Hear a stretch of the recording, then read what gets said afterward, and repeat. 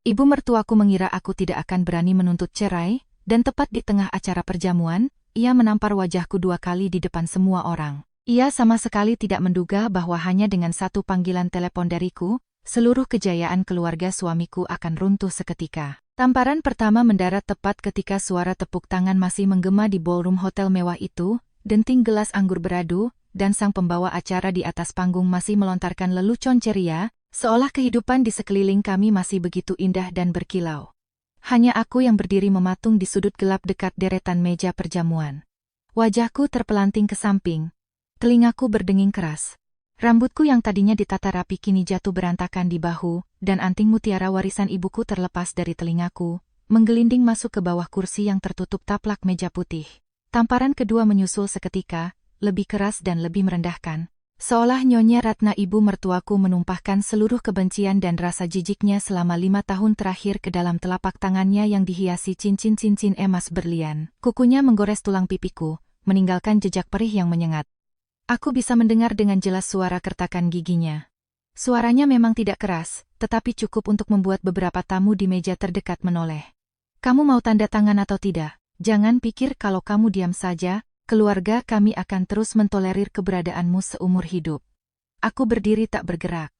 Aku tidak menangis, tidak menghindar, dan tidak menutupi wajahku dengan tangan. Seandainya ini terjadi 3 tahun lalu, aku mungkin akan menundukkan kepala dan meminta maaf, bahkan tanpa tahu apa kesalahanku.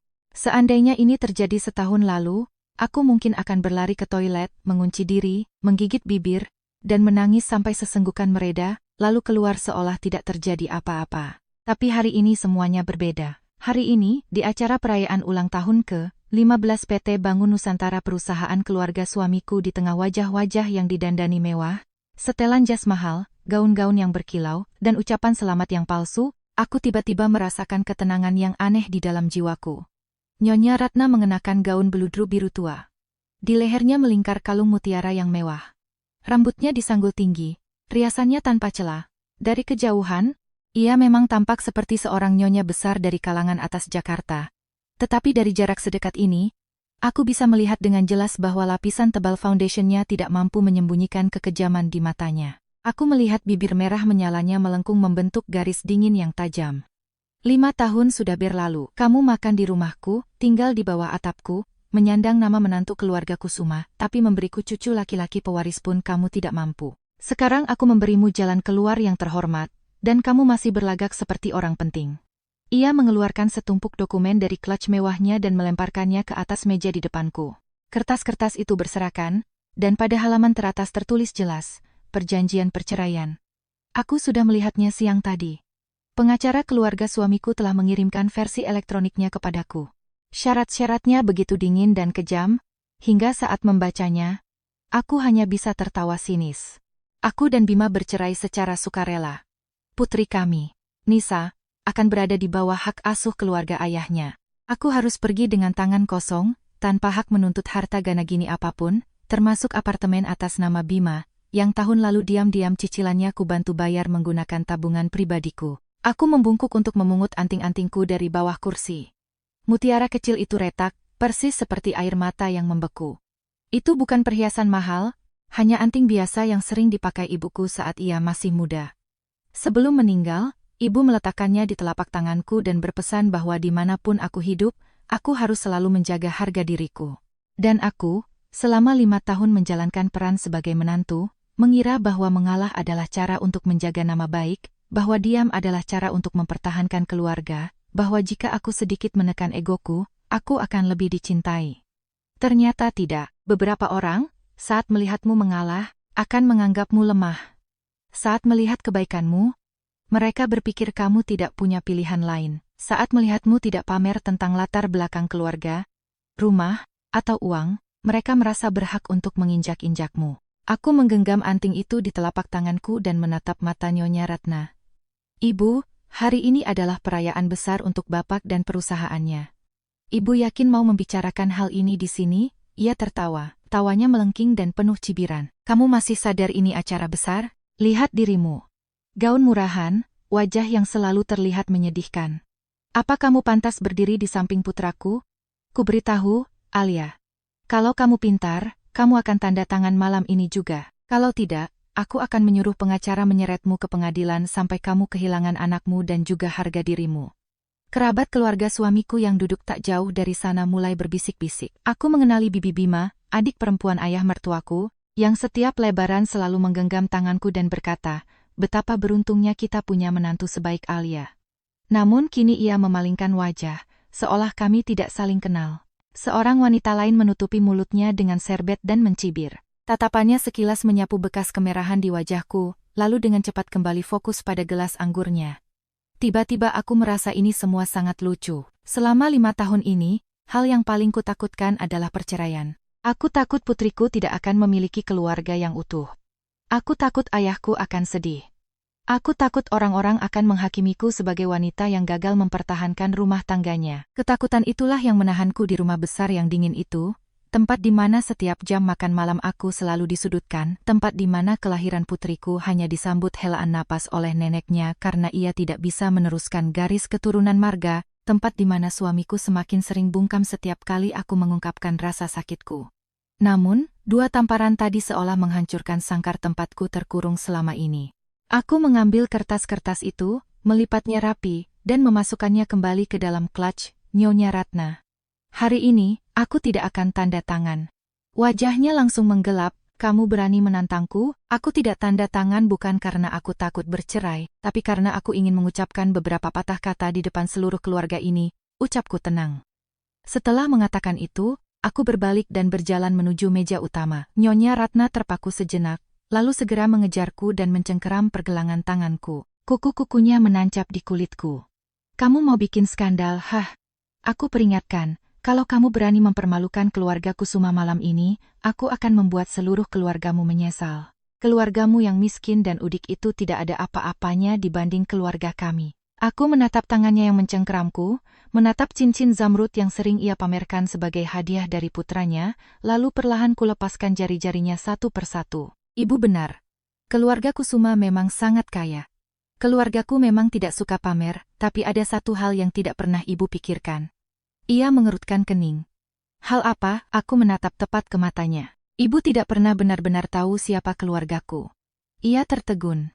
Untuk sepersekian detik, arogansi di wajahnya retak, karena apa yang kukatakan adalah kebenaran. Ia tidak tahu, dan Bima pun tidak tahu. Saat kami masih berpacaran, Bima pernah bertanya apa pekerjaan orang tuaku.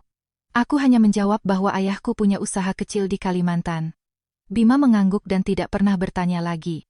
Setelah kami menikah, keluarga suamiku secara sepihak menyimpulkan bahwa aku adalah gadis kampung yang beruntung bisa masuk ke keluarga kaya. Dan aku, yang hanya menginginkan kehidupan normal dan tidak ingin pernikahanku dikaitkan dengan harta ayahku, tidak pernah repot-repot menjelaskan. Meja utama terletak di dekat panggung. Ayah mertuaku, Bapak Surya, sedang mengangkat gelas bersulang dengan beberapa tamu VVIP. Wajahnya memerah karena pengaruh alkohol dan kebanggaan. Ia adalah Presiden Direktur PT Bangun Nusantara, yang sukses besar di bidang real estate dan konstruksi. Perjamuan malam ini, di salah satu hotel termegah di Jakarta, diselenggarakan untuk memamerkan statusnya setelah bertahun-tahun sukses berbisnis. Ia melihatku mendekat, dan senyum di bibirnya sedikit menegang. Alia, ada apa? Nanti saja kita bicara di rumah. Aku berhenti di depan meja, membungkuk sedikit ke arah para tamu, dan berkata dengan suara tenang. Mohon maaf mengganggu waktu Bapak dan Ibu sekalian. Nama saya Alia. Saya istri Bima, menantu keluarga Kusuma. Baru saja, ibu mertua saya menampar saya 2 kali dan memaksa saya menandatangani perjanjian cerai tepat di tengah perjamuan ini. Saya hanya ingin mengklarifikasi semuanya sekali ini saja, di depan mereka yang melihatnya. Keheningan total menyelimuti meja itu. Bapak Surya langsung berdiri. Alia, apa kamu mabuk? Bima, di mana Bima? Bawa istrimu pergi dari sini sekarang juga. Dari belakang, Bima berlari menghampiri. Dasinya miring. Dari mulutnya tercium bau alkohol. Hal pertama yang ia lakukan bukanlah melihat luka di wajahku, melainkan mencengkeram lenganku dan mendesis, kamu ini ngapain, sih? Kamu sadar nggak seberapa penting acara malam ini? Aku menatap pria yang dulu sangat kucintai, pria yang demi dirinya aku rela mengorbankan segalanya untuk menikahinya. Ibumu menamparku. Kamu bahkan tidak bertanya apakah aku kesakitan. Bima terdiam sejenak, lalu menoleh pada ibunya. Nyonya Ratna dengan dingin menjawab, Ya, aku menamparnya. Terus kenapa, menantu yang tidak tahu diuntung, tidak bisa melahirkan cucu pewaris, tapi masih saja menempel di keluarga kita dan tidak mau pergi. Aku sedang memberinya pelajaran. Apa yang salah? Bima mengatupkan bibirnya. Ia menatap ibunya, menatap ayahnya, menatap para tamu yang terdiam, lalu kembali menatapku. Alia, ayo kita pulang dan bicara di rumah. Kumohon, jangan bikin keributan di sini. Aku tertawa kecil. Keluargamu selalu bilang, jangan bikin keributan. Ibumu memaki-makiku, kamu bilang, sudahlah, lupakan saja. Ibumu membuang makan malam yang kumasak, kamu bilang, sudahlah. Ibumu merendahkan putri kita di depan kerabat, kamu juga bilang, sudahlah. Malam ini, ibumu menamparku di depan semua orang, dan kamu lagi-lagi bilang, sudahlah. Tapi, Bima, malam ini aku datang bukan untuk melupakannya. Malam ini, aku datang untuk mengakhirinya. Setelah mengatakan itu, aku mengeluarkan ponselku. Di depan tatapan terkejut keluarga suamiku, aku memutar nomor yang sudah lama kusimpan namun sangat jarang kugunakan, bahkan di saat-saat paling berat sekalipun. Setelah 2 nada sambung, terdengar suara dari seberang. Halo Bapak. Suaraku terdengar tenang, tapi ada gumpalan keras yang mengganjal di tenggorokanku. Aku di Hotel Mulia. Di acara perjamuan keluarga Bima, mereka memukulku dan memaksaku bercerai. Bisa Bapak menjemputku? Keheningan menyelimuti ujung telepon selama beberapa detik. Kemudian, suara tegas dan mantap dari seorang pria parubaya terdengar mengeja kata demi kata. Bapak akan tiba dalam 10 menit. Aku memutus panggilan. Nyonya Ratna mencibir. Ayahmu mau datang? Terus dia mau apa? Orang tua udik dari daerah mau datang membelamu. Alia, hentikan sandiwara ini. Uang pensiunan ayahmu itu mungkin bahkan tidak cukup untuk membayar 1 meja di hotel ini. Aku tidak menjawab. Aku menarik kursi, duduk, meletakkan anting mutiara yang retak di atas meja, melipat tanganku di pangkuan, dan menunggu dalam diam. Dan untuk pertama kalinya dalam 5 tahun, aku tidak lagi merasa sendirian. Seluruh ballroom tenggelam dalam keheningan yang mencekam. Ini bukan keheningan khidmat dari sebuah perjamuan mewah, melainkan keheningan ketika orang-orang bisa mencium aroma bahaya, tetapi tidak ada yang berani bersuara. Musik di panggung masih bermain pelan. Pembawa acara berdiri kaku di podium dengan mikrofon di tangan, matanya terpaku pada meja utama.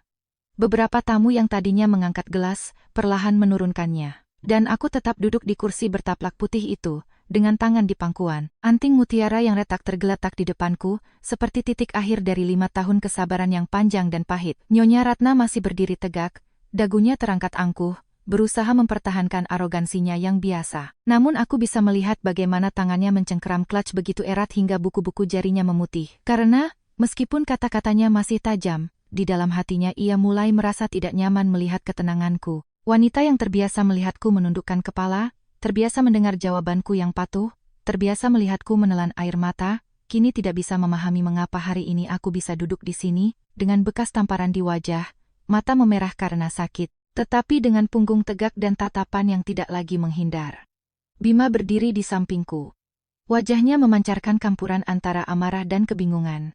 Ia kembali mencoba menarik lenganku untuk memaksaku berdiri, tetapi terhenti saat melihat tatapan para tamu VVIP di meja utama. Di kepalanya saat itu, mungkin bukan rasa kasihan pada istrinya atau kekhawatiran atas rasa sakitku, melainkan ketakutan bahwa skandal ini akan menodai perjamuan yang telah dipersiapkan ayahnya selama sebulan penuh. Karena itu, ia mencondongkan tubuhnya dan mencoba berbicara lebih lembut, seolah membujuk anak kecil yang rewel. Alia, aku tahu kamu sakit hati, tapi jangan seperti ini. Apapun yang terjadi, kita selesaikan di rumah. Kamu mau apa? Nanti aku yang bicara dengan ibu. Sekarang berdirilah, aku antar kamu pulang. Aku mengangkat wajah, menatap wajah pria yang dulu membuatku percaya bahwa aku bisa mempercayakan seluruh hidupku padanya. Menatap mata yang dulu begitu lembut saat kami saling mencintai, namun kini hanya memancarkan ketidaksabaran dan teguran. Aku bertanya dengan sangat pelan, Bima, seandainya hari ini ibumu yang ditampar orang, apa kamu akan bilang padanya? Ayo kita pulang dan bicara di rumah? Bima terkesiap. Pertanyaanku tidak keras, namun terdengar jelas oleh beberapa orang di dekat kami. Bapak Surya langsung mengerutkan dahi. Tatapan tajamnya menyapu ke arahku, seolah ia ingin menggunakan otoritasnya sebagai tuan rumah untuk menutupi masalah ini. Tapi ada hal-hal yang, begitu retak, tidak akan pernah bisa disatukan kembali ke bentuk aslinya. Seperti mutiara pada anting ibuku. Sekalipun diperbaiki, retakan di dalamnya akan tetap ada. Melihat putranya terdiam, Nyonya Ratna menjadi semakin marah. Ia melangkah maju dan menunjuk tepat di depan wajahku. Jangan berani-berani membandingkan dirimu denganku. Aku ini ibunya, dan kamu cuma istrinya. Itu beda jauh. Istri bisa dicari lagi, tapi ibu cuma satu. Kamu sudah 5 tahun di rumah kami, selalu bersuara pelan, tapi ternyata hatimu sehitam ini. Kenapa kamu manggil ayahmu hari ini? Kamu mau seluruh keluarga udikmu datang ke sini untuk numpang makan gratis. Aku duduk diam, tidak membalas kata-kata berbisanya. Karena aku tahu, ada perdebatan di mana semakin banyak kamu bicara, semakin kamu merendahkan dirimu sendiri. Kebenaran tidak butuh teriakan. Ia akan datang sendiri di saat yang tepat, dengan cukup tenang, cukup jelas, dan cukup kuat, sehingga mereka yang memandang rendah dirimu akan mengingatnya seumur hidup. Dan tepat 10 menit kemudian, pintu ganda utama ballroom itu terbuka. Bukan sekadar terbuka sedikit. Kedua daun pintu kayu jati yang berat itu didorong terbuka lebar oleh 2 penjaga pintu hotel. Di lorong yang terang benderang, muncul sosok pria parubaya dalam balutan setelan jas abu-abu gelap yang sederhana. Rambutnya sudah hampir memutih sepenuhnya. Posturnya tidak terlalu tinggi, tetapi punggungnya sangat tegak, dan ia melangkah dengan lambat namun penuh wibawa. Di belakangnya berjalan 2 orang. Seorang pria parubaya berkacamata yang menenteng tas kerja kulit berwarna coklat, dan seorang wanita berusia 40-an dalam setelan bisnis hitam, dengan wajah tenang dan tatapan tajam khas orang yang terbiasa menyelesaikan masalah besar dalam kesunyian. Melihatnya, jantungku seolah diremas. Itu adalah ayahku, Bapak Darmawan.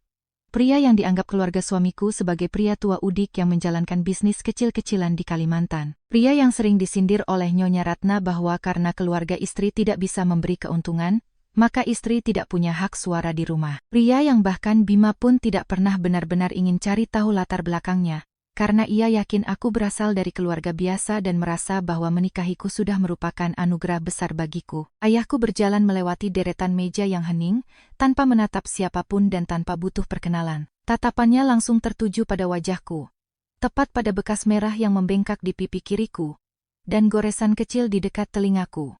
Hanya sedetik, aku melihat mata tuanya menggelap. Tidak ada amarah yang meledak-ledak, tetapi seolah ada gelombang bawah laut yang dalam bergemuruh di jiwanya. Ia berhenti di depanku dan bertanya pelan, "Siapa yang memukulmu?" Belum sempat aku menjawab, Nyonya Ratna tertawa dingin. Mungkin ia masih belum mengenali pria di depannya, atau lebih tepatnya, ia terbiasa menilai orang dari penampilan dan desas-desus. Karena melihat ayahku datang tanpa pengawal dan tidak memamerkan kekayaannya, ia segera mengembalikan sikap arogannya. "Aku yang memukulnya. Terus kenapa? Anda ayahnya, kan? Datang di saat yang tepat. Tolong didik anak Anda dengan benar. Sudah jadi menantu, tapi tidak tahu tempatnya. Keluarga kami sedang merayakan acara besar, dan dia berani membuat keributan. Anak perempuan seperti ini, di rumah pasti terlalu dimanjakan." Ayahku tidak langsung menatapnya. Ia hanya membungkuk, mengambil anting mutiara yang retak dari atas meja, meletakkannya di telapak tanganku, dan berkata pelan, "Simpan ini, nak, barang milik ibumu tidak pantas tergeletak di meja orang lain." Mendengar kalimat itu, tenggorokanku tercekat. Aku menggenggam anting itu erat-erat, mataku terasa panas. Tapi aku berusaha keras untuk tidak menangis. Karena aku telah memutuskan, hari ini, aku tidak ingin menjadi wanita menyedihkan di depan semua orang. Aku ingin menjadi wanita yang memiliki hak untuk keluar dari pernikahan yang menyakitinya, tanpa harus menundukkan kepala dan tanpa meminta izin pada siapapun. Pada saat itu, Bapak Surya menatap tajam ke arah ayahku. Awalnya, wajahnya hanya menyiratkan kekesalan karena orang asing merusak perjamuannya. Namun tak lama kemudian, ekspresinya berubah. Gelas anggur di tangannya sedikit bergetar. Ia menatap ayahku, menatap pria berkacamata di belakangnya, lalu menatap wanita berbaju hitam yang kini sedang membuka tablet komputernya. Wajah Bapak Surya yang tadinya merah karena anggur, kini berubah pucat pasi. "Bapak Darmawan Hidayat?" Suara Bapak Surya bergetar begitu kentara hingga semua orang di dekatnya bisa menyadarinya. Nyonya Ratna langsung menoleh pada suaminya. "Mas, kamu kenal dia?" Bapak Surya tidak langsung menjawab. Ia menelan ludah, buru-buru berdiri dari kursinya, dan secara refleks merapikan kerah jasnya, persis seperti seorang bawahan yang bersiap menyambut atasan dengan status yang jauh lebih tinggi. "Bapak Darmawan, saya sungguh tidak tahu. Saya tidak tahu bahwa Alia adalah putri Anda." Kalimat itu jatuh bagai batu besar yang dilemparkan ke tengah keheningan yang tegang. Bisik-bisik langsung menjalar ke seluruh penjuru ballroom. Beberapa orang bertanya pelan, siapa Darmawan Hidayat? Beberapa tamu VVIP langsung mengenalinya, dan wajah mereka memancarkan keterkejutan luar biasa. Karena di dunia konstruksi dan material baja di negeri ini, nama Darmawan Hidayat bukanlah nama yang bisa disebut sembarangan. Ayahku tidak suka tampil di media massa, apalagi memamerkan kekayaannya. Tetapi PT Baja Kalimantan, perusahaan yang ia bangun dari nol selama lebih dari 30 tahun, memiliki jaringan pabrik material, pusat logistik, dan menyuplai berbagai proyek infrastruktur raksasa di Indonesia. Dan PT Bangun Nusantara milik Bapak Surya, jika diibaratkan, selama beberapa tahun terakhir ini, bisa bernapas lega murni berkat pasokan material dan kredit komersial dari anak-anak perusahaan di bawah naungan PT Baja Kalimantan. Mendengar hal itu, Nyonya Ratna membeku, tetapi ia masih berusaha membantah. Baja Kalimantan, terus kenapa? Mentang-mentang punya uang, Anda pikir Anda bisa datang ke sini dan mengancam kami. Ini urusan rumah tangga kami. Menantu bertingkah tidak pantas, ibu mertuanya memberi pelajaran. Hukum mana yang melarang itu? Pria berkacamata yang berdiri di belakang ayahku melangkah maju dan meletakkan sebuah kartu nama di atas meja. Suaranya sangat tenang. Selamat malam, Nyonya Ratna. Saya pengacara Hendra. Perwakilan hukum dari Ibu Alia dan keluarga Bapak Darmawan. Fakta bahwa Anda melakukan penyerangan fisik terhadap orang lain di tempat umum, pemaksaan penandatanganan perjanjian cerai dengan syarat yang merugikan, serta ancaman untuk mencabut hak asuh ibu atas anaknya. Semua itu dapat dikategorikan sebagai tindak pidana dan dasar hukum yang kuat. Kami datang bukan untuk mengancam, kami datang untuk melindungi klien kami sesuai dengan hukum yang berlaku di Indonesia. Wanita berbaju hitam itu pun melangkah maju, membuka layar tabletnya, dan berbicara dengan suara tenang namun tegas. Saya Rina, penanggung jawab audit independen di PT Baja Kalimantan. Mengambil kesempatan ini, saya ingin memberitahukan kepada Anda, Bapak Surya, bahwa seluruh kontrak pasokan antara anak perusahaan Baja Kalimantan dan Bangun Nusantara akan ditinjau ulang mulai besok pagi. Secara spesifik, terdapat 3 tunggakan utang yang jatuh tempo, 2 berkas kewajiban garansi, dan 1 proyek dengan indikasi penyalahgunaan dana. Kita akan berkoordinasi secara tertulis. Tanpa ada diskusi lisan di meja perjamuan, Bapak Surya terhuyung dan mundur setengah langkah. Tangannya mencengkeram erat tepi meja. Aku bisa melihat kepanikan yang luar biasa di wajahnya. Pria yang baru saja duduk di kursi utama bak seorang raja, yang diam saja saat istrinya merendahkanku, yang menganggap penderitaanku sekadar drama keluarga kecil, kini menyadari bahwa apa yang ia sebut urusan rumah tangga baru saja menghantam fondasi bisnisnya. Bima berdiri mematung. Pengaruh alkohol di matanya menguap tak bersisa. Ia menatapku, bibirnya bergerak-gerak. Alia, kenapa kamu tidak pernah memberitahuku? Aku menatapnya lama. Di dalam hatiku sudah tidak ada lagi rasa sakit yang menyayat seperti dulu. Hanya tersisa kehampaan yang melelahkan. Aku ingin kamu mencintaiku karena aku adalah Alia, bukan karena aku adalah putri ayahku. Tapi ternyata, ketika kamu tidak tahu siapa yang berdiri di belakangku, kamu dan keluargamu memperlakukanku layaknya manusia yang tidak punya tempat berlindung. Bima menundukkan kepalanya, tak mampu berkata apa-apa. Ayahku menoleh ke arah Bapak Surya. Suaranya tidak keras, tetapi tidak ada seorang pun di meja utama itu yang berani memotongnya. Pak Surya, putri saya menikah dan masuk ke keluarga Anda 5 tahun lalu. Saya tidak pernah menuntut Anda untuk menghormatinya hanya karena dia putri saya. Saya hanya berharap dia bisa hidup bermartabat.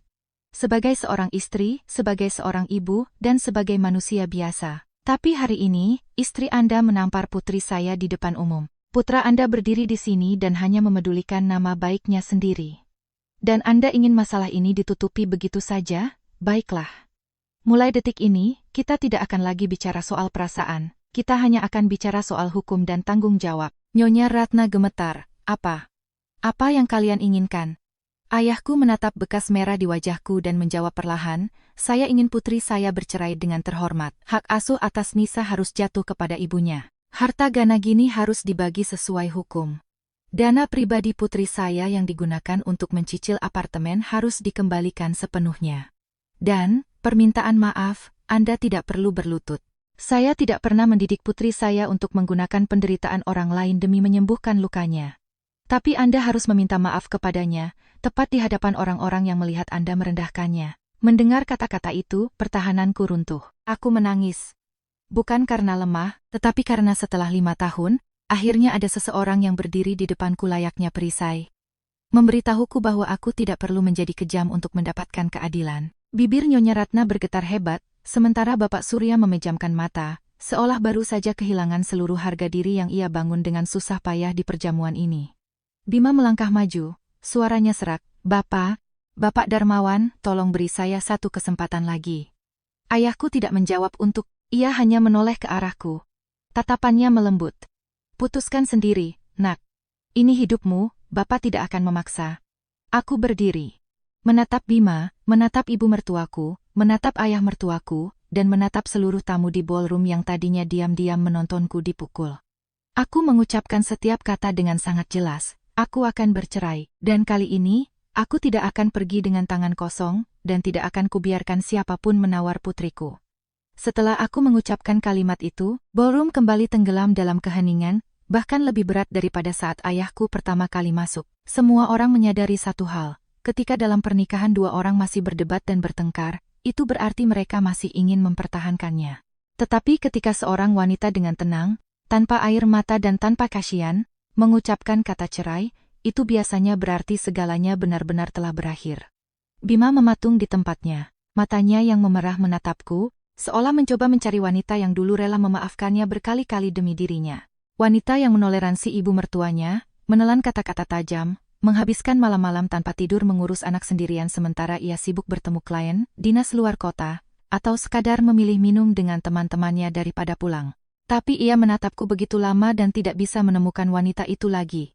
Karena wanita itu telah mati secara perlahan selama 5 tahun terakhir.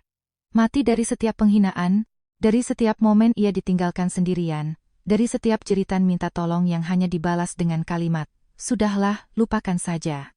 Bapak Surya ambruk di kursinya. Wajahnya dalam semalam seolah menua 10 tahun. Sementara Nyonya Ratna masih berdiri. Bibirnya bergetar, lebih karena marah daripada menyesal. Karena orang seperti dirinya, yang seumur hidup terbiasa berdiri di atas orang lain, terbiasa menentukan kebenaran berdasarkan siapa yang kuat dan siapa yang lemah, tidak bisa menerima kenyataan. Bukan karena ia takut kehilangan uang, melainkan karena menantu yang selama ini ia injak-injak ternyata memiliki latar belakang yang memaksanya harus menundukkan kepala. Ayahku tidak berkata apa-apa lagi di dalam ballroom itu. Ia hanya memberi isyarat kepada pengacara Hendra untuk merapikan dokumen-dokumen, lalu menoleh kepadaku. "Ayo kita pulang, nak." Aku mengangguk, namun di detik itu juga, dari arah pintu utama ballroom, terdengar suara nyaring anak kecil. "Mama." Aku tersentak dan menoleh. Di sana berdiri Nisa. Ia mengenakan gaun kecil berwarna kuning yang kubelikan 2 bulan lalu. Rambutnya yang diikat 2 sedikit berantakan, dan di pelukannya, ia memeluk boneka kelinci usang kesayangannya. Di sebelahnya berdiri asisten rumah tangga keluarga Bima, dengan ekspresi ketakutan seolah ia baru saja melakukan kesalahan besar. Jantungku berhenti berdetak. Sejak awal malam ini saat aku dipukul, dipaksa menandatangani surat cerai, didorong ke titik putus asa, aku selalu berusaha mempertahankan ketenanganku. Tetapi begitu aku melihat putriku berdiri di tengah keramaian, seluruh ketegaranku menguap seketika. Aku bergegas menghampirinya. "Nisa, sayang, kenapa kamu ada di sini?" Gadis kecil itu menatap wajahku. Mata bulatnya yang jernih langsung terbelalak. Mama sakit." Ia mengulurkan tangan mungilnya dan menyentuh pelan bekas merah di pipiku. "Siapa yang pukul Mama?" Tidak ada yang menjawab. Seluruh ballroom sunyi senyap. Nisa kemudian menoleh ke arah Nyonya Ratna. "Nenek yang pukul Mama." Wajah Nyonya Ratna mengeras. Anak kecil tahu apa? Tapi Nisa tidak takut. Usianya baru 5 tahun. Dan ia belum mengerti urusan orang dewasa. Tetapi anak-anak memiliki kepekaan yang luar biasa. Mereka selalu bisa melihat kebenaran. Nisa memeluk kakiku erat-erat. "Nenek tidak sayang Mama. Nenek kemarin bilang kalau Mama itu orang jahat." Tubuhku menegang. Ayahku juga sedikit mengerutkan dahi. Bapak Surya menoleh pada istrinya. "Apalagi yang kamu tanamkan di kepala cucumu?" Nyonya Ratna gelagapan sejenak, lalu mendengus. Anak-anak suka salah dengar. Namun Nisa melanjutkan ucapannya. "Nenek bilang, kalau Mama pergi, Nisa tetap sama Nenek. Nenek bilang, Mama sudah tidak mau lagi sama Nisa." Mendengar hal itu, aku merasakan pedih yang luar biasa di hidungku. Ternyata, selama ini, saat aku berusaha sekuat tenaga mempertahankan keluarga demi putriku, ada seseorang yang diam-diam mencuci otak anakku dengan pikiran-pikiran mengerikan itu. Aku membungkuk dan memeluknya erat. Putriku menyandarkan wajahnya di bahuku dan berbisik, "Mama, tolong jangan tinggalkan Nisa." Pada momen itu, aku benar-benar tidak bisa menahan diri lagi. Air mataku jatuh menetesi rambutnya. Mama tidak akan pernah meninggalkan Nisa. Percaya sama Mama ya, janji, janji. Aku memeluknya lebih erat. Meskipun ada orang yang tidak sayang sama Mama, Mama akan selalu jadi mamanya Nisa. Ayahku, yang berdiri di belakang dan menyaksikan pemandangan ini, matanya memerah. Ia kehilangan istrinya di usia muda. Ia sangat mengerti perasaan seorang anak yang takut kehilangan orang yang dicintainya. Dan karena itulah, ia semakin mengerti bahwa apa yang kutahan selama 5 tahun ini, sebagian besar adalah demi putriku. Beberapa saat kemudian, ia membungkuk dan menggendong cucunya. "Nah, bagaimana kalau kakek yang antar Nisa pulang?" Nisa menatapnya dengan heran. "Kakek?" "Iya, kakek. Kakek kandung Nisa." Ayahku tersenyum. Itu adalah senyum pertamanya sejak ia menginjakkan kaki di ruangan ini. Gadis kecil itu menatapnya selama beberapa detik, lalu tiba-tiba melingkarkan lengannya di leher ayahku.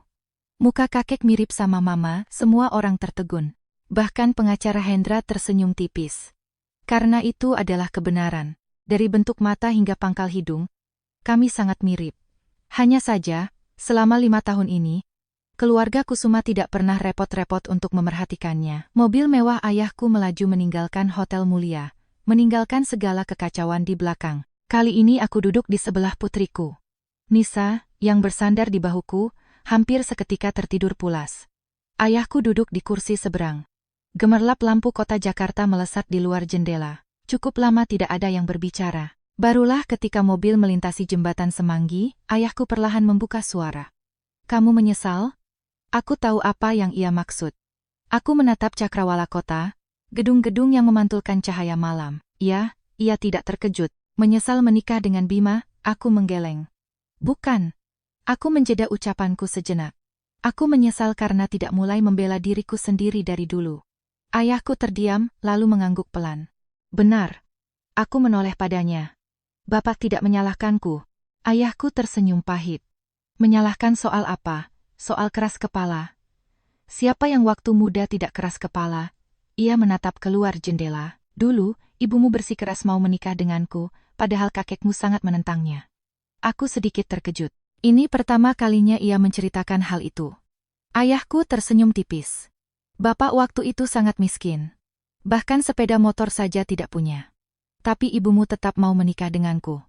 Ia terdiam sejenak. "Bedanya, ketika Bapak membawa ibumu masuk ke kehidupan Bapak, Bapak tidak pernah sekalipun membiarkan dia menangis karena keluarga Bapak." Aku menundukkan kepala. Kalimat yang diucapkan dengan tenang itu bagaikan pisau, yang membeda inti dari pernikahanku dengan Bima.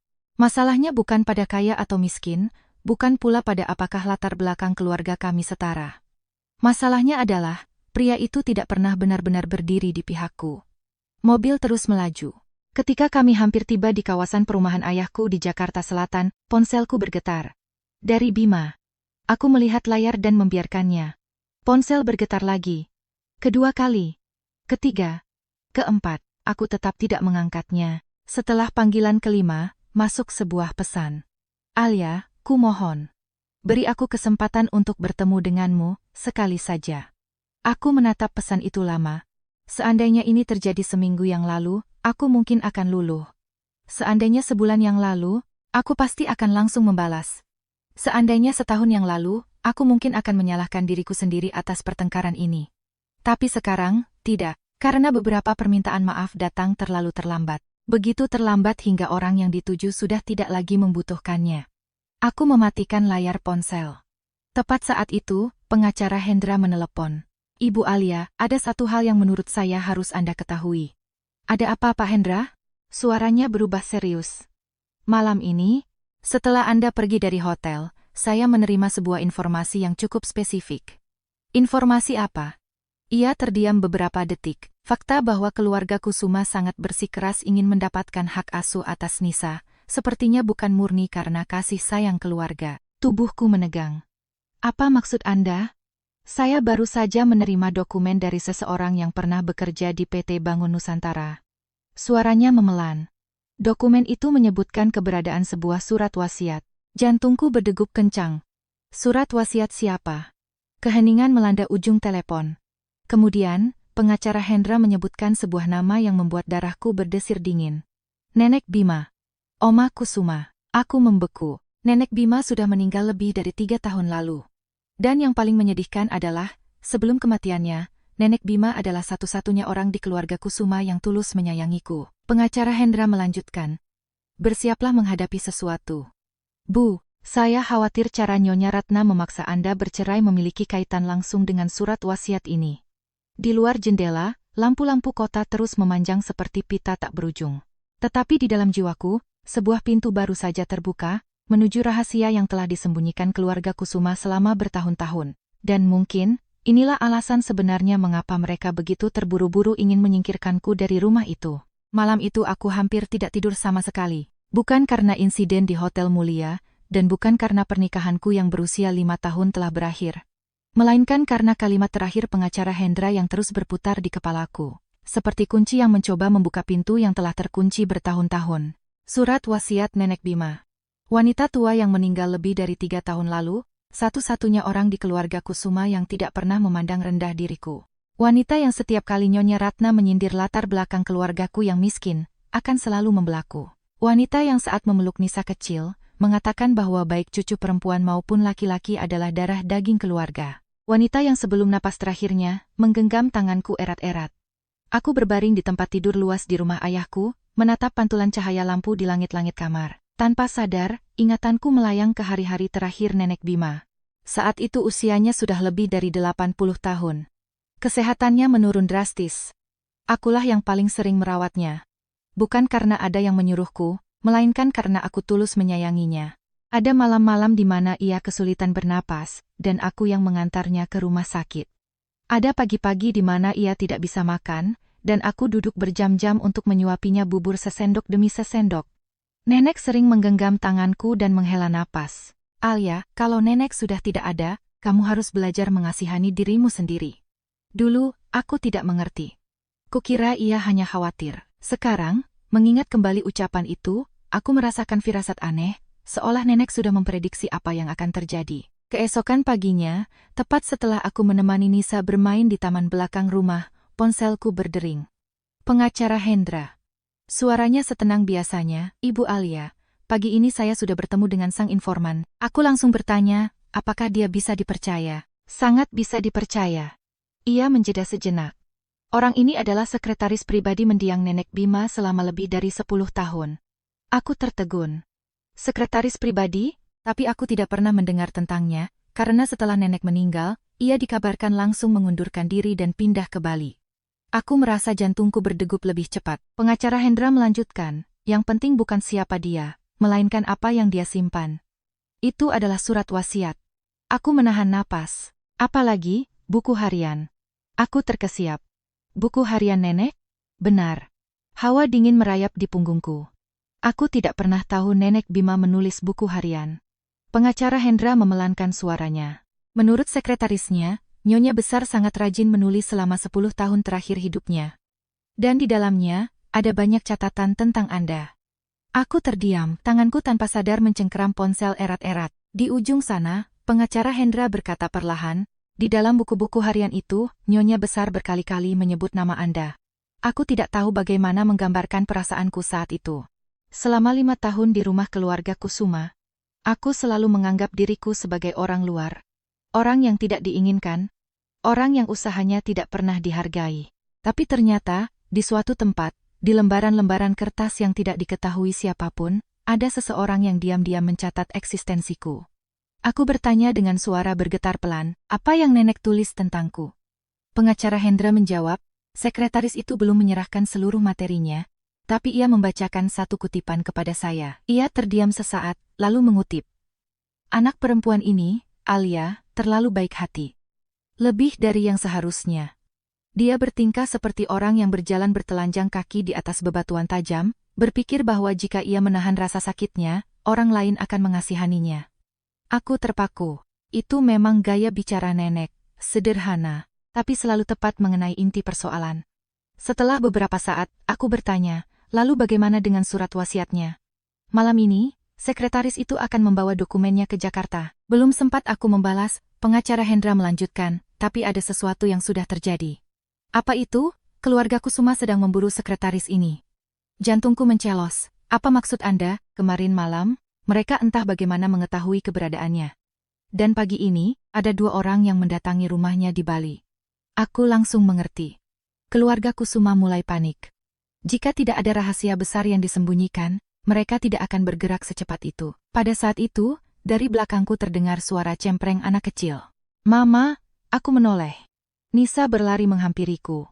Di tangannya ada sekuntum bunga kecil yang baru saja ia petik di taman. Buat Mama. Aku membungkuk dan menerima bunga itu. Di detik itu, aku tiba-tiba menyadari mengapa aku harus menjadi kuat. Bukan demi balas dendam, bukan demi uang, melainkan karena aku tidak ingin putriku tumbuh besar di lingkungan keluarga yang menganggap bahwa seorang wanita bisa diperlakukan dengan semena-mena. Siang harinya, ayahku pulang lebih awal. Ia duduk di seberangku di meja makan. Kami makan siang bertiga, aku, Bapak, dan Nisa.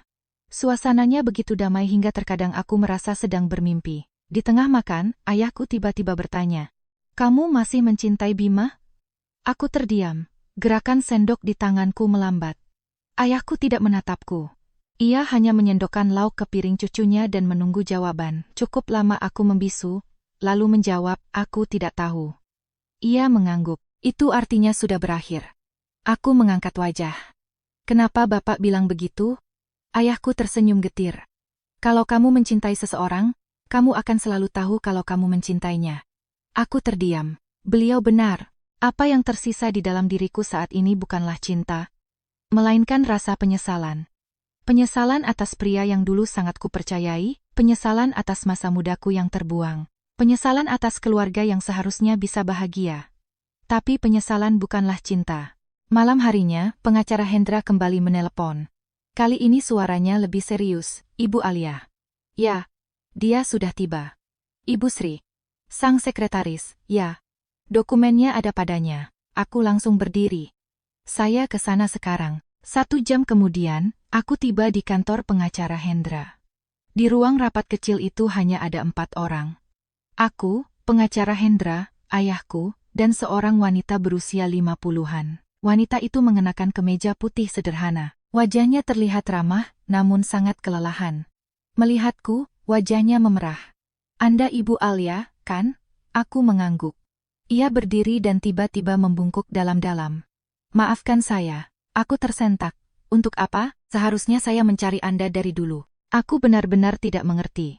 Ia kembali duduk, dan dengan tangan gemetar membuka tas usangnya, lalu mengeluarkan sebuah map kuning yang warnanya sudah pudar dimakan waktu. Di sudut map itu tertulis dengan tulisan tangan, "Milik pribadi. Jangan dibuka kecuali dalam keadaan mendesak." Aku menatap map itu, dan jantungku berdebar sangat kencang. Wanita itu menarik napas dalam-dalam. Ini adalah surat wasiat terakhir Nyonya Besar. Keheningan mutlak menyelimuti ruangan. Pengacara Hendra membuka map itu. Halaman demi halaman diletakkan di atas meja. Ia mulai membaca. Awalnya hanya poin-poin standar, sebagian harta untuk anak dan cucu, sebagian untuk amal, sebagian untuk yayasan beasiswa. Namun ketika ia sampai pada halaman terakhir, suaranya tiba-tiba melambat. Aku melihat ekspresi ayahku berubah. Pengacara Hendra mengangkat kepalanya dan menatapku. "Ibu Alia, saya rasa bagian ini harus Anda baca sendiri." Aku mengambil selembar kertas itu. Tatapanku menyapu tulisan tangan Nenek Bima yang sangat kukenali gemetar, tapi sangat jelas. Dan saat itulah seluruh tubuhku membeku, karena baris pertama berbunyi. Jika setelah kematianku, menantuku Alia masih berstatus sebagai istri sah Bima, maka seluruh saham rahasia yang kumiliki akan diwariskan kepada Alia dan cucuku, Nisa. Aku tertegun. Saham? Aku melihat ke baris di bawahnya, dan angka yang tertera di sana membuat seisi ruangan bungkam. Bukan beberapa juta, bukan beberapa ratus juta rupiah, melainkan 18% saham PT Bangun Nusantara. Porsi yang cukup besar untuk menjadikannya pemegang saham terbesar kedua di seluruh perusahaan. Tanganku bergetar. Akhirnya aku mengerti. Mengerti mengapa Nyonya Ratna begitu terburu-buru ingin aku menandatangani surat cerai.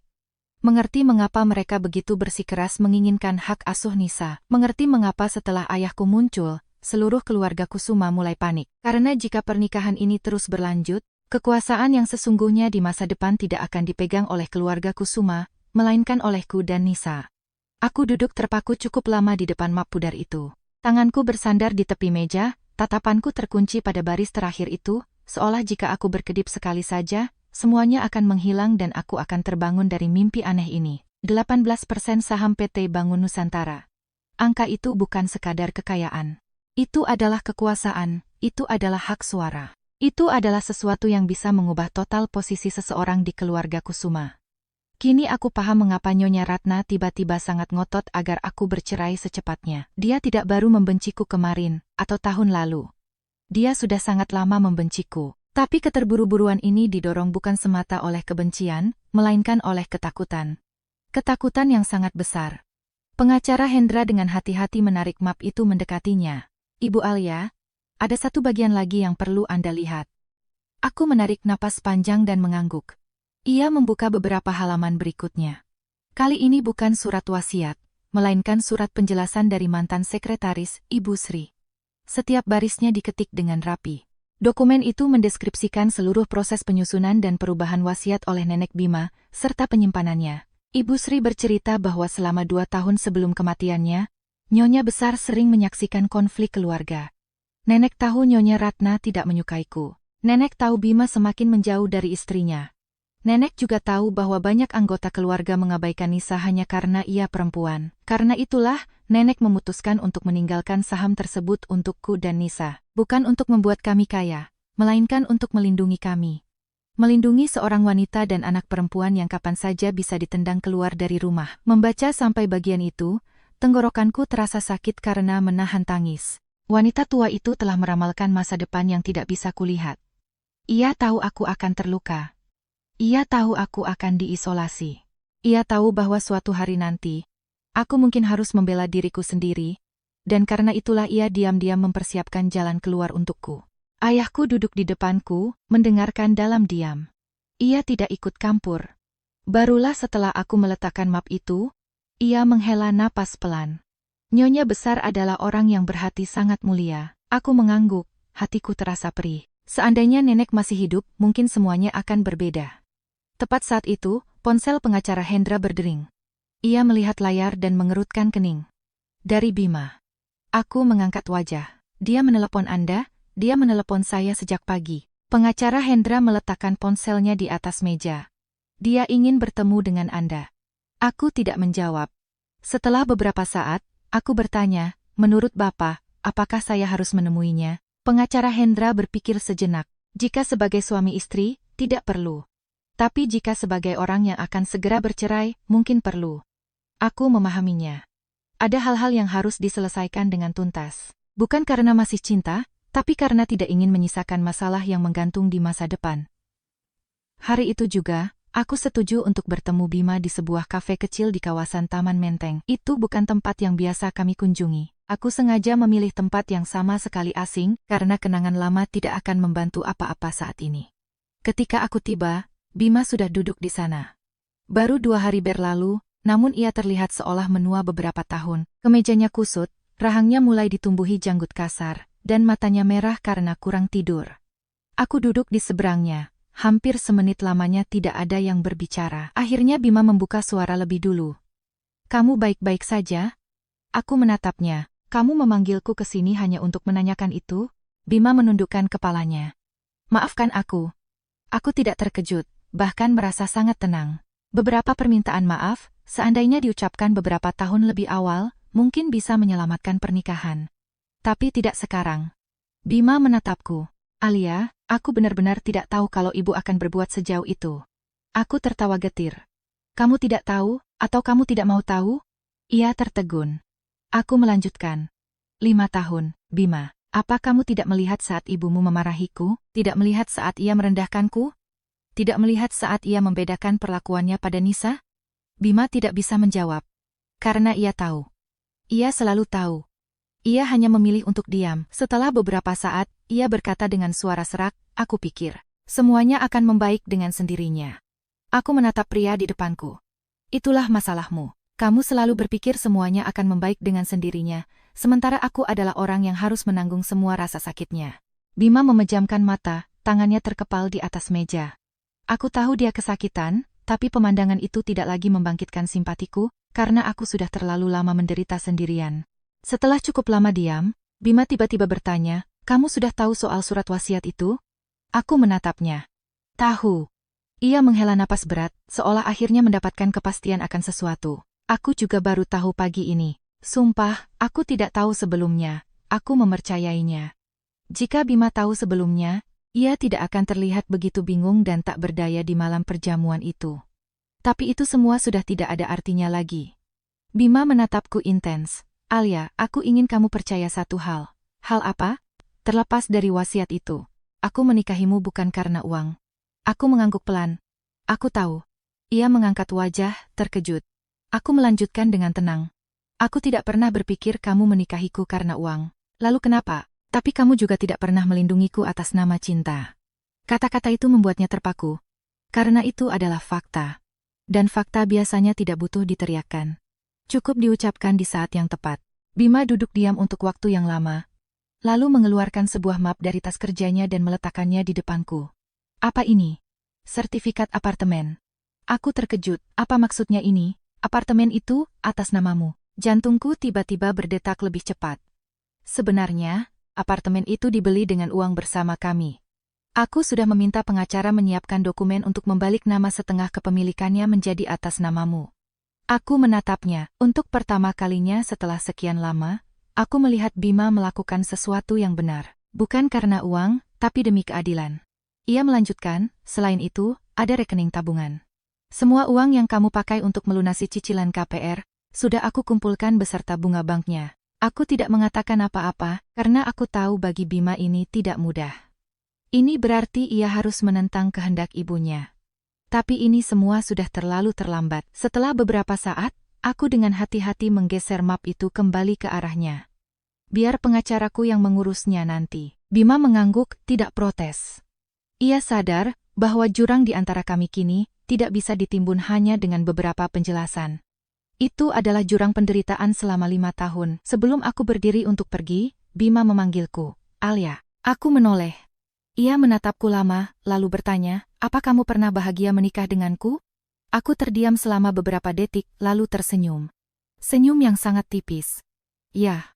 Mata Bima memerah. Aku melanjutkan, "Kalau aku tidak pernah bahagia, aku tidak akan berusaha bertahan selama itu untuk menyelamatkan pernikahan kita." Setelah mengatakan itu, aku berbalik dan pergi. Kali ini, tidak ada yang memanggilku. Di luar kafe, angin sejuk bertiup dari arah Taman Menteng. Aku baru melangkah beberapa kali saat ponselku bergetar. "Dari pengacara Hendra." Aku menjawabnya. Suaranya langsung terdengar dari ujung sana. "Ibu Alia, ada berita buruk." Jantungku mencelos.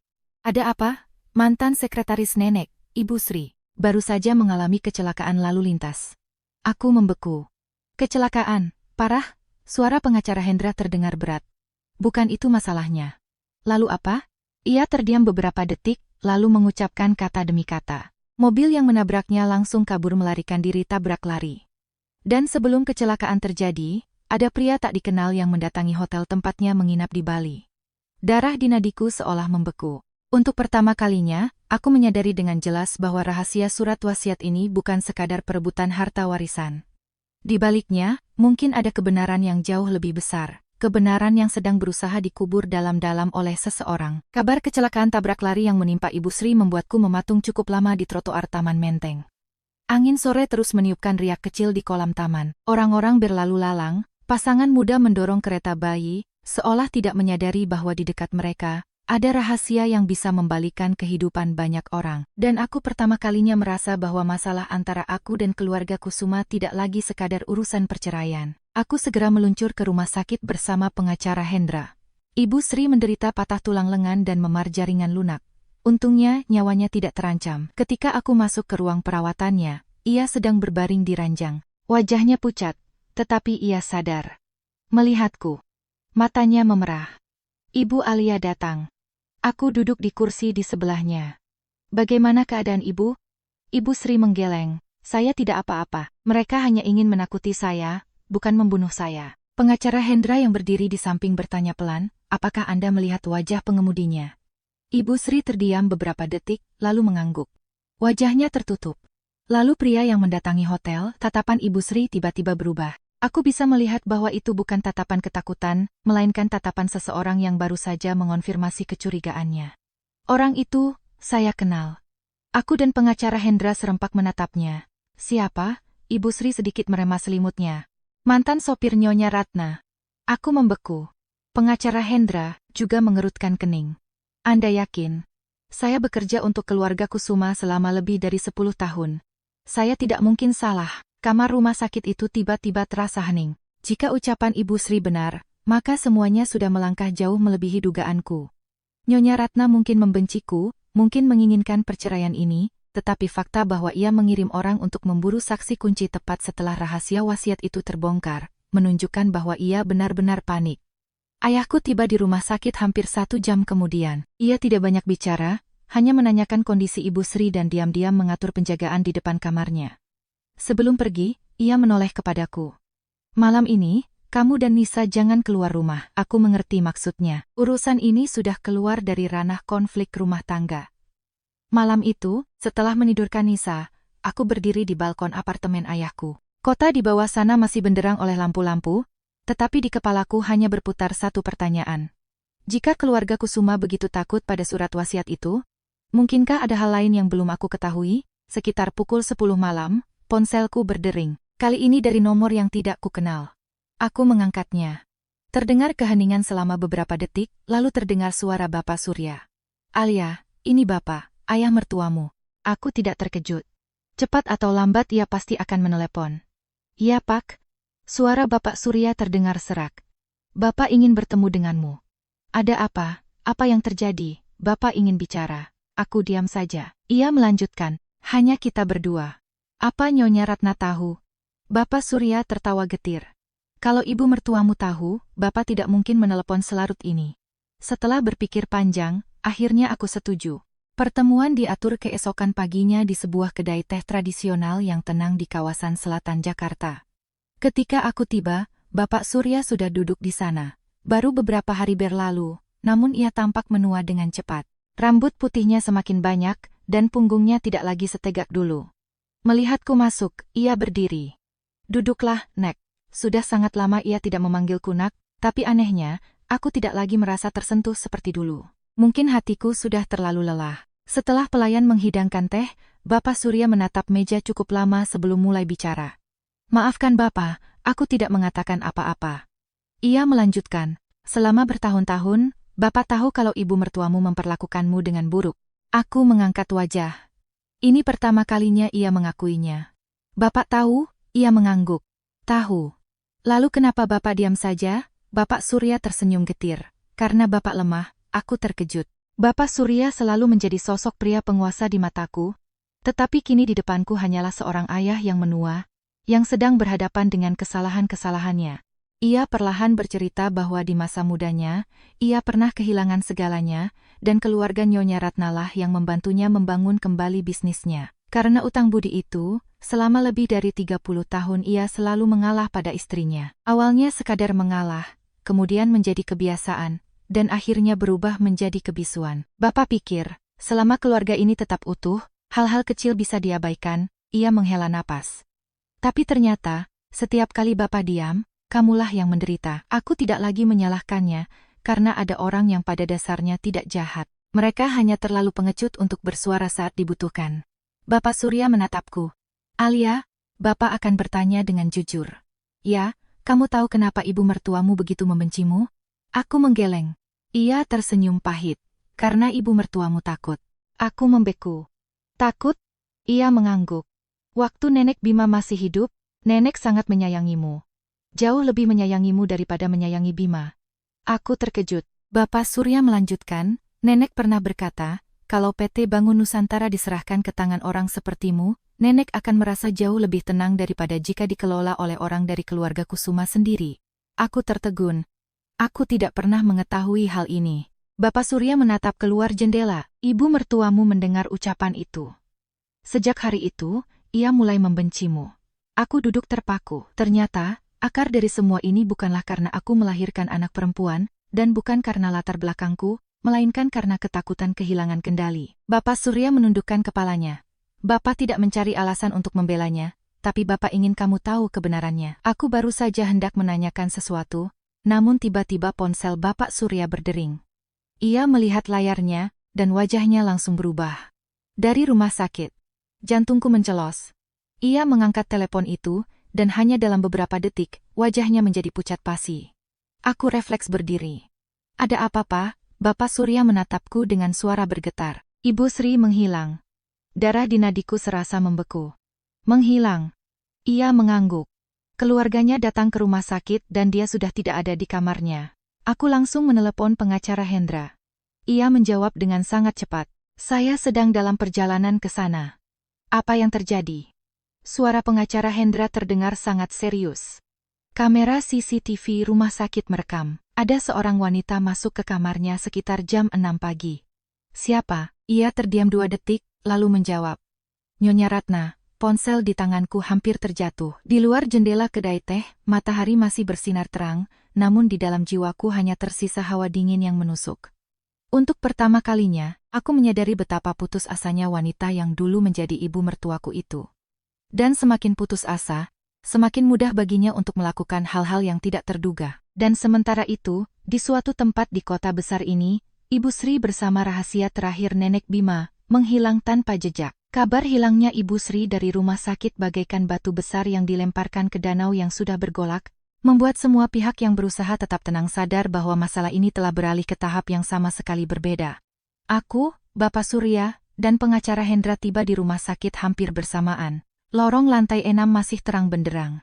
Perawat berlalu lalang, pasien di kamar sebelah mengobrol dengan keluarganya, tetapi kamar tempat Ibu Sri dirawat tampak kosong dan dingin. Hanya selimut kusut di atas ranjang, gelas air yang isinya tinggal setengah di meja nakas, dan ponsel yang digunakannya untuk menghubungi pengacara Hendra yang tertinggal di sana. Manajer keamanan rumah sakit membawa rekaman CCTV. Kami duduk di ruang jaga untuk melihatnya. Gambarnya cukup jelas. Sekitar pukul 6:10 pagi, Nyonya Ratna muncul di lorong. Ia mengenakan topi lebar dan masker, tetapi siapapun yang mengenalnya pasti bisa mengenalinya. Ia berdiri di depan pintu kamar selama hampir 3 menit sebelum akhirnya masuk. 20 menit kemudian, ia keluar sendirian. 15 menit setelah itu, kamera di lift merekam Ibu Sri yang mengenakan mantel dan topi keluar didampingi seorang pria parubaya. Mereka meninggalkan rumah sakit melalui pintu belakang staf. Pengacara Hendra memutar ulang rekaman itu beberapa kali dan menghentikannya tepat pada wajah pria tersebut. Bapak Surya, saat melihatnya, langsung memucat. Saya kenal orang ini, aku menoleh. Siapa dia, Pak? Bapak Surya terdiam beberapa detik sebelum menjawab. Itu Pak Tarjo. Pak Tarjo yang mana? Tarjo, yang selama lebih dari 10 tahun menjadi sopir pribadi ibu mertuamu. Aku langsung teringat pada pria itu. Pria berusia 50-an, irit bicara, dengan ekspresi wajah yang selalu dingin. Di tahun-tahun awal pernikahanku, setiap kali Nyonya Ratna bepergian, dialah yang berada di balik kemudi. Pengacara Hendra langsung bertanya kapan dia berhenti bekerja. Hampir 2 tahun lalu. Alasannya, Bapak Surya tersenyum getir. Ibu mertuamu memecatnya. Kenapa? Karena dia terlalu banyak tahu. Jawaban itu membuat seluruh ruangan bungkam. Aku merasakan hawa dingin menjalari punggungku. Terlalu banyak tahu. Kalimat sederhana, namun memicu rentetan kecurigaan tanpa batas. Pengacara Hendra menutup laptopnya. Saya rasa, untuk saat ini nyawa Ibu Sri tidak dalam bahaya. Aku menatapnya.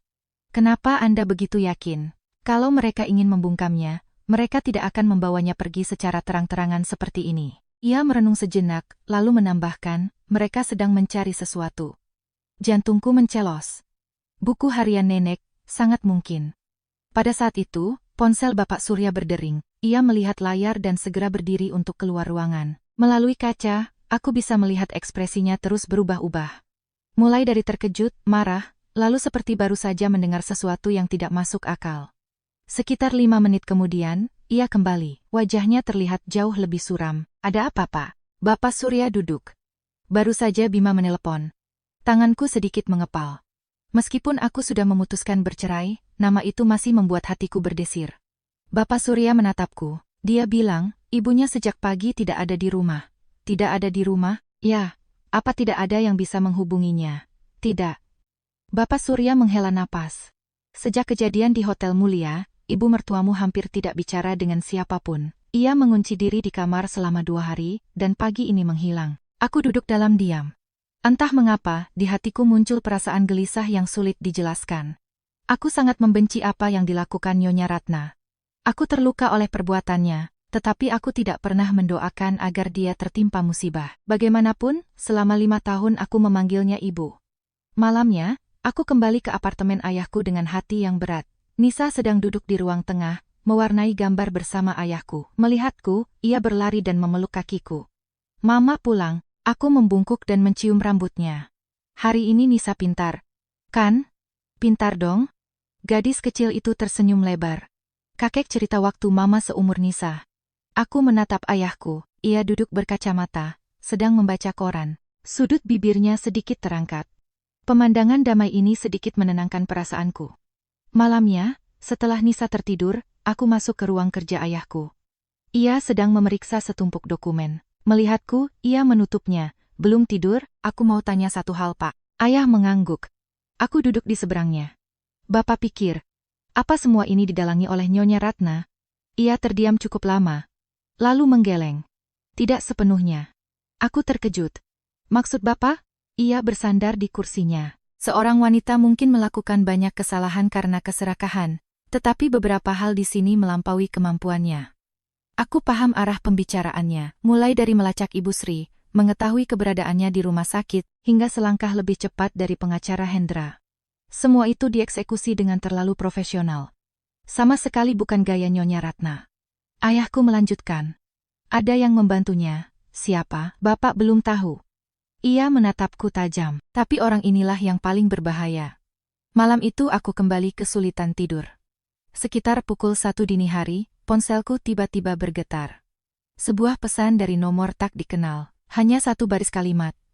Mau tahu kebenaran tentang Nenek Bima? Datanglah ke bekas gudang tua di Cilincing, besok jam 8 pagi. Sendirian. Aku membaca pesan itu berulang kali.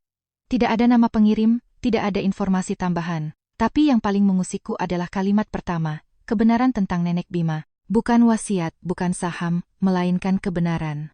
Keesokan paginya, aku memperlihatkan pesan itu kepada pengacara Hendra. Ia langsung menolak tegas.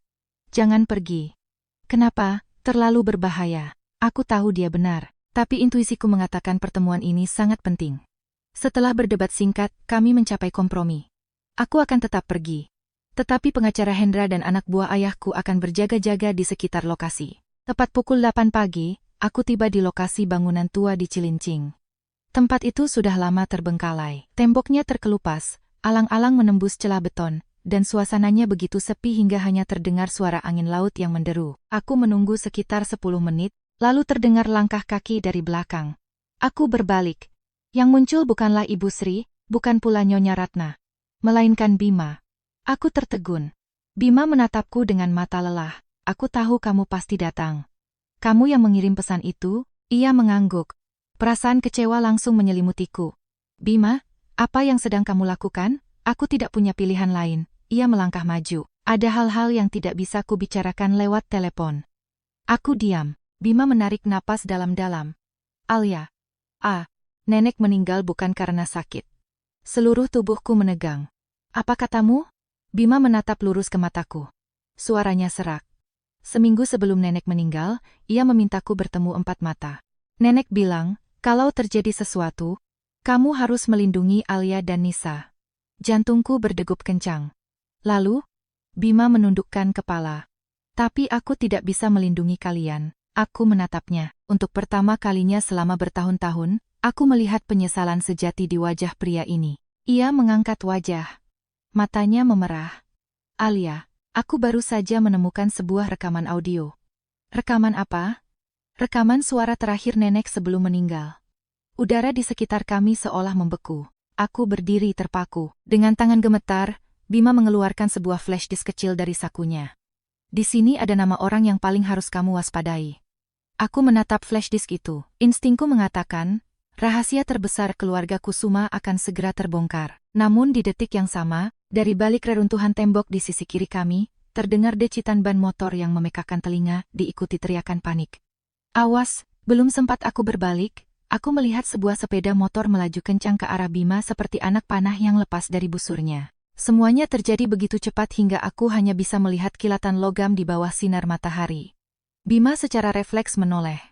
Jarak antara dirinya dan motor itu hanya beberapa meter. Aku tidak pernah mengira akan ada momen dalam hidupku di mana kepalaku benar-benar kosong. Tidak ada lagi cinta, tidak ada benci, tidak ada hitungan benar atau salah, hanya tersisa insting murni untuk menyelamatkan seseorang dari bahaya. Aku melompat maju, mendorongnya. Di saat yang sama, dua anak buah pengacara Hendra melesat dari tempat persembunyian. Satu orang berteriak keras, sementara yang lain menerjang ke arah motor. Pengendara motor yang sepertinya tidak menduga ada penyergapan, terkejut dan membanting setang. Ban motor berdecit keras di atas aspal kasar, tergelincir, dan menabrak tumpukan batu bata. Pria itu terpental ke tanah. Bima berhasil kutarik ke samping, sehingga ia hanya menyerempet ujung tembok, menyebabkan lengannya sedikit tergores. Selama beberapa detik, semuanya terasa kacau, bagai film yang diputar dalam kecepatan ganda. Anak buah Hendra langsung menyergap dan melumpuhkan si pengendara motor. Aku masih terengah-engah, tanganku gemetar. Bima menatapku dengan tatapan tak percaya. Mungkin ia sendiri tidak mengerti, mengapa wanita yang baru saja menggugat cerai darinya, justru menjadi orang pertama yang mempertaruhkan nyawa untuk menyelamatkannya. Aku melepaskan tangannya. Kamu tidak apa-apa. Bima menggeleng. Aku tidak apa-apa. Aku tidak mengatakan apa-apa lagi. Karena aku sangat sadar. Tindakanku ini sama sekali tidak berarti aku ingin kembali padanya. Itu hanya berarti bahwa aku tidak pernah bisa menjadi orang yang sanggup berdiri diam melihat penderitaan orang lain. Si pengendara motor segera diamankan. Helm dan maskernya dibuka paksa, memperlihatkan wajah pria berusia sekitar 40 tahun. Ia sempat memberontak, lalu akhirnya terduduk lemas di tanah. Pengacara Hendra mendekat, menatapnya beberapa detik, lalu menoleh pada Bima. Anda kenal dia? Bima menyipitkan matanya, lalu menggeleng. Saya tidak pernah melihatnya. Namun saat itu, pria tersebut tiba-tiba mengangkat kepalanya, menatap Bima, dan tersenyum sinis. Senyuman itu membuat semua orang membeku. Itu bukan senyuman pembunuh bayaran yang tertangkap, itu adalah senyum seseorang yang tahu terlalu banyak. Tuan muda, lama tidak bertemu. Wajah Bima langsung berubah. Siapa kamu? Pria itu mencibir. Anda tidak ingat saya, tapi saya sangat ingat Anda. Ia menoleh padaku. Dan Anda pasti Alia, kan? Ya, aku mengerutkan kening. Kamu mengenalku. Tahu, angguk pria itu. Saya tahu Anda dan juga putri Anda. Suasana langsung menegang. Pengacara Hendra memberi isyarat kepada anak buahnya untuk segera memasukkan pria itu ke dalam mobil sebelum menarik perhatian orang sekitar. Flash disk yang dibawa Bima segera diamankan. Kami meninggalkan lokasi dan langsung meluncur ke kantor pengacara Hendra. Prioritas pertama kami adalah mendengarkan isi flash disk tersebut. Aku duduk di sebelah ayahku. Bima duduk di seberang. Di ruangan itu, suasananya sunyi senyap. Pengacara Hendra memasukkan flash disk ke laptop. Di dalamnya hanya ada satu file audio, dibuat lebih dari 3 tahun lalu tepat di masa-masa meninggalnya nenek Bima. Ia menekan tombol putar, play. Awalnya hanya ada suara gemerisik, lalu terdengar suara tua yang lemah, namun sangat familiar. Itu suara nenek Bima. Tanpa sadar aku meremas tanganku. Mata Bima pun ikut memerah, suara nenek terdengar lambat. Nenek tidak tahu berapa lama lagi umur nenek tersisa. Ruangan itu sangat sunyi, hingga suara napas pun terdengar. Tapi ada hal-hal yang kalau tidak nenek katakan, kelak ada seseorang yang akan membayarnya. Jantungku berdegup kencang, nenek menjeda ucapannya, lalu melanjutkan. Pertama, saham yang nenek tinggalkan untuk Alia dan Nisa, itu adalah keputusan final nenek, dan tidak boleh ada yang mengubahnya. Semua orang saling pandang. Ini mengonfirmasi keabsahan wasiat tersebut, namun bagian berikutnya membuat semua orang terpaku. Kedua, rahasia tentang proyek selatan. Wajah Bapak Surya yang ikut datang belakangan seketika berubah. Aku bisa melihatnya dengan jelas. Seolah ia baru saja mendengar hal yang paling tidak diduganya. Suara nenek terus berlanjut. Tahun itu, ada seseorang yang menggelapkan dana proyek. Buktinya sudah nenek serahkan pada Sri. Aku menoleh pada pengacara Hendra. Ia juga mengerutkan dahi. Jelas, masalah ini jauh lebih serius daripada sekadar pembagian saham warisan. Jika ini menyangkut penggelapan dana perusahaan, ini bukan lagi masalah keluarga. Suara nenek dalam rekaman itu semakin lemah. Orang itu bukanlah Alia, bukan Nisa, bukan pula Bima. Aku mendengar Bima menghela napas lega. Namun, tepat ketika semua orang menunggu nama berikutnya disebut, rekaman itu tiba-tiba terputus. Di layar muncul pesan, file corrupted, file rusak. Sesi ruangan membeku. Nama orang yang paling penting telah hilang. Hanya tersisa kehampaan. Bima melompat berdiri. Cuma sampai sini. Pengacara Hendra memeriksanya. Ya, tidak mungkin, Bima menggeleng panik. Nenek pasti menyebutkan namanya. Ia hampir berteriak. Filenya terpotong. Ayahku bergumam pelan. Ada yang memotong bagian akhirnya. Tidak ada yang membantah, karena itulah penjelasan yang paling logis. Tepat saat itu, ponsel pengacara Hendra berdering. Ia mengangkatnya, dan wajahnya berangsur-angsur berubah. Menutup telepon, ia menatap kami semua, kabar dari kepolisian. Ibu Sri. Gimana? Tanyaku cepat. Hendra mengangguk. Sudah ditemukan. Aku menghela napas lega. Tapi pengacara Hendra tidak terlihat senang. Dia menyerahkan diri ke kantor polisi. Aku terkejut. Menyerahkan diri? Ya, jadi selama ini dia di mana? Pengacara Hendra menatapku. Dia bilang, ada seseorang yang membawanya pergi. Siapa? Nyonya Ratna. Semua orang di ruangan itu terdiam, tetapi kalimat Hendra selanjutnya jauh lebih mengejutkan. Dan Nyonya Ratna lah yang menyelamatkannya. Aku merasa seperti salah dengar. Menyelamatkannya?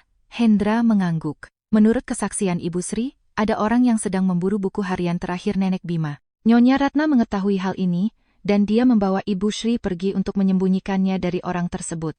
Aku benar-benar syok. Pikiranku menjadi sangat kacau. Selama beberapa hari ini, aku sangat yakin bahwa dalang di balik semua ini adalah Nyonya Ratna. Tapi sekarang, arahnya berbalik 180 derajat.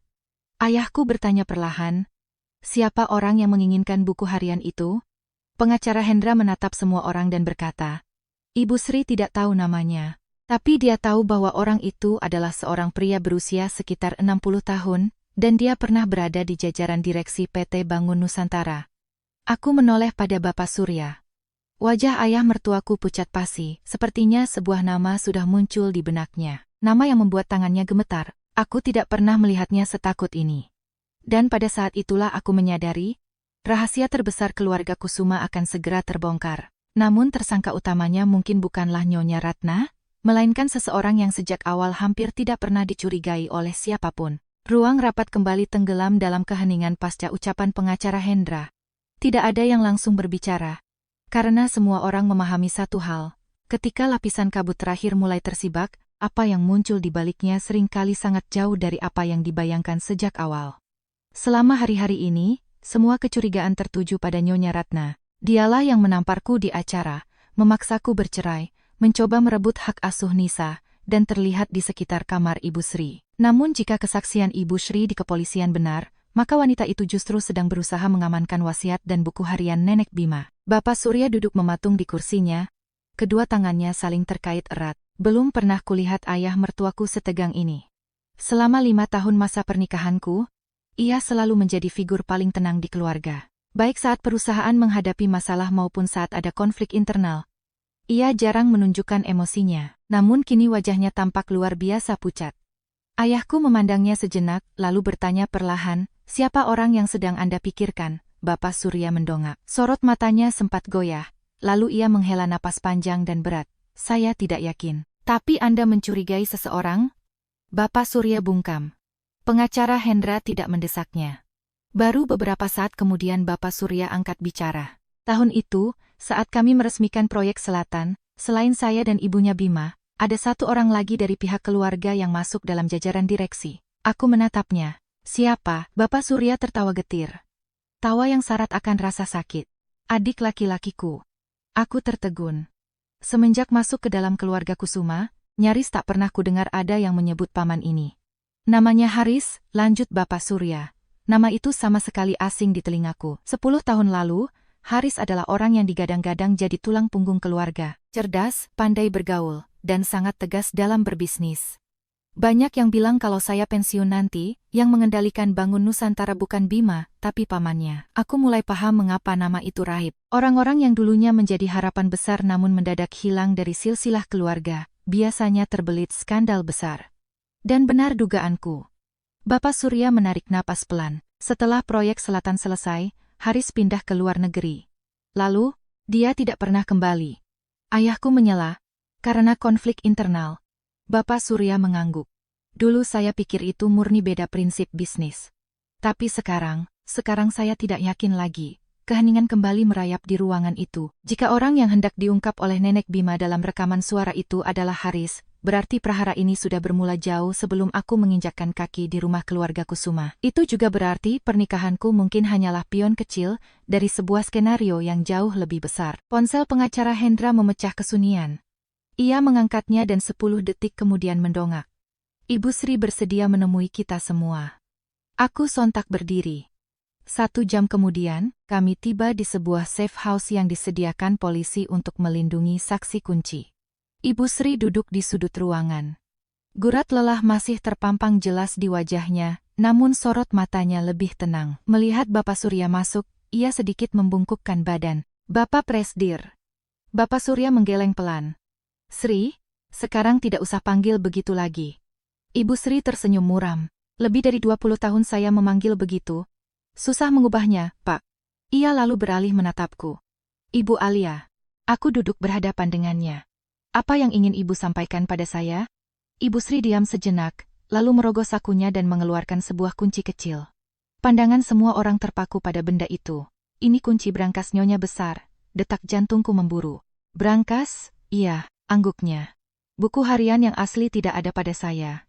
Semua orang terperanjat. Hendra langsung menyela. Kalau begitu di mana? Ibu Sri menatapku. Nyonya besar menyembunyikannya 3 tahun lalu. Di mana? Di dalam brankas pribadinya. Aku sedikit mengepalkan tangan.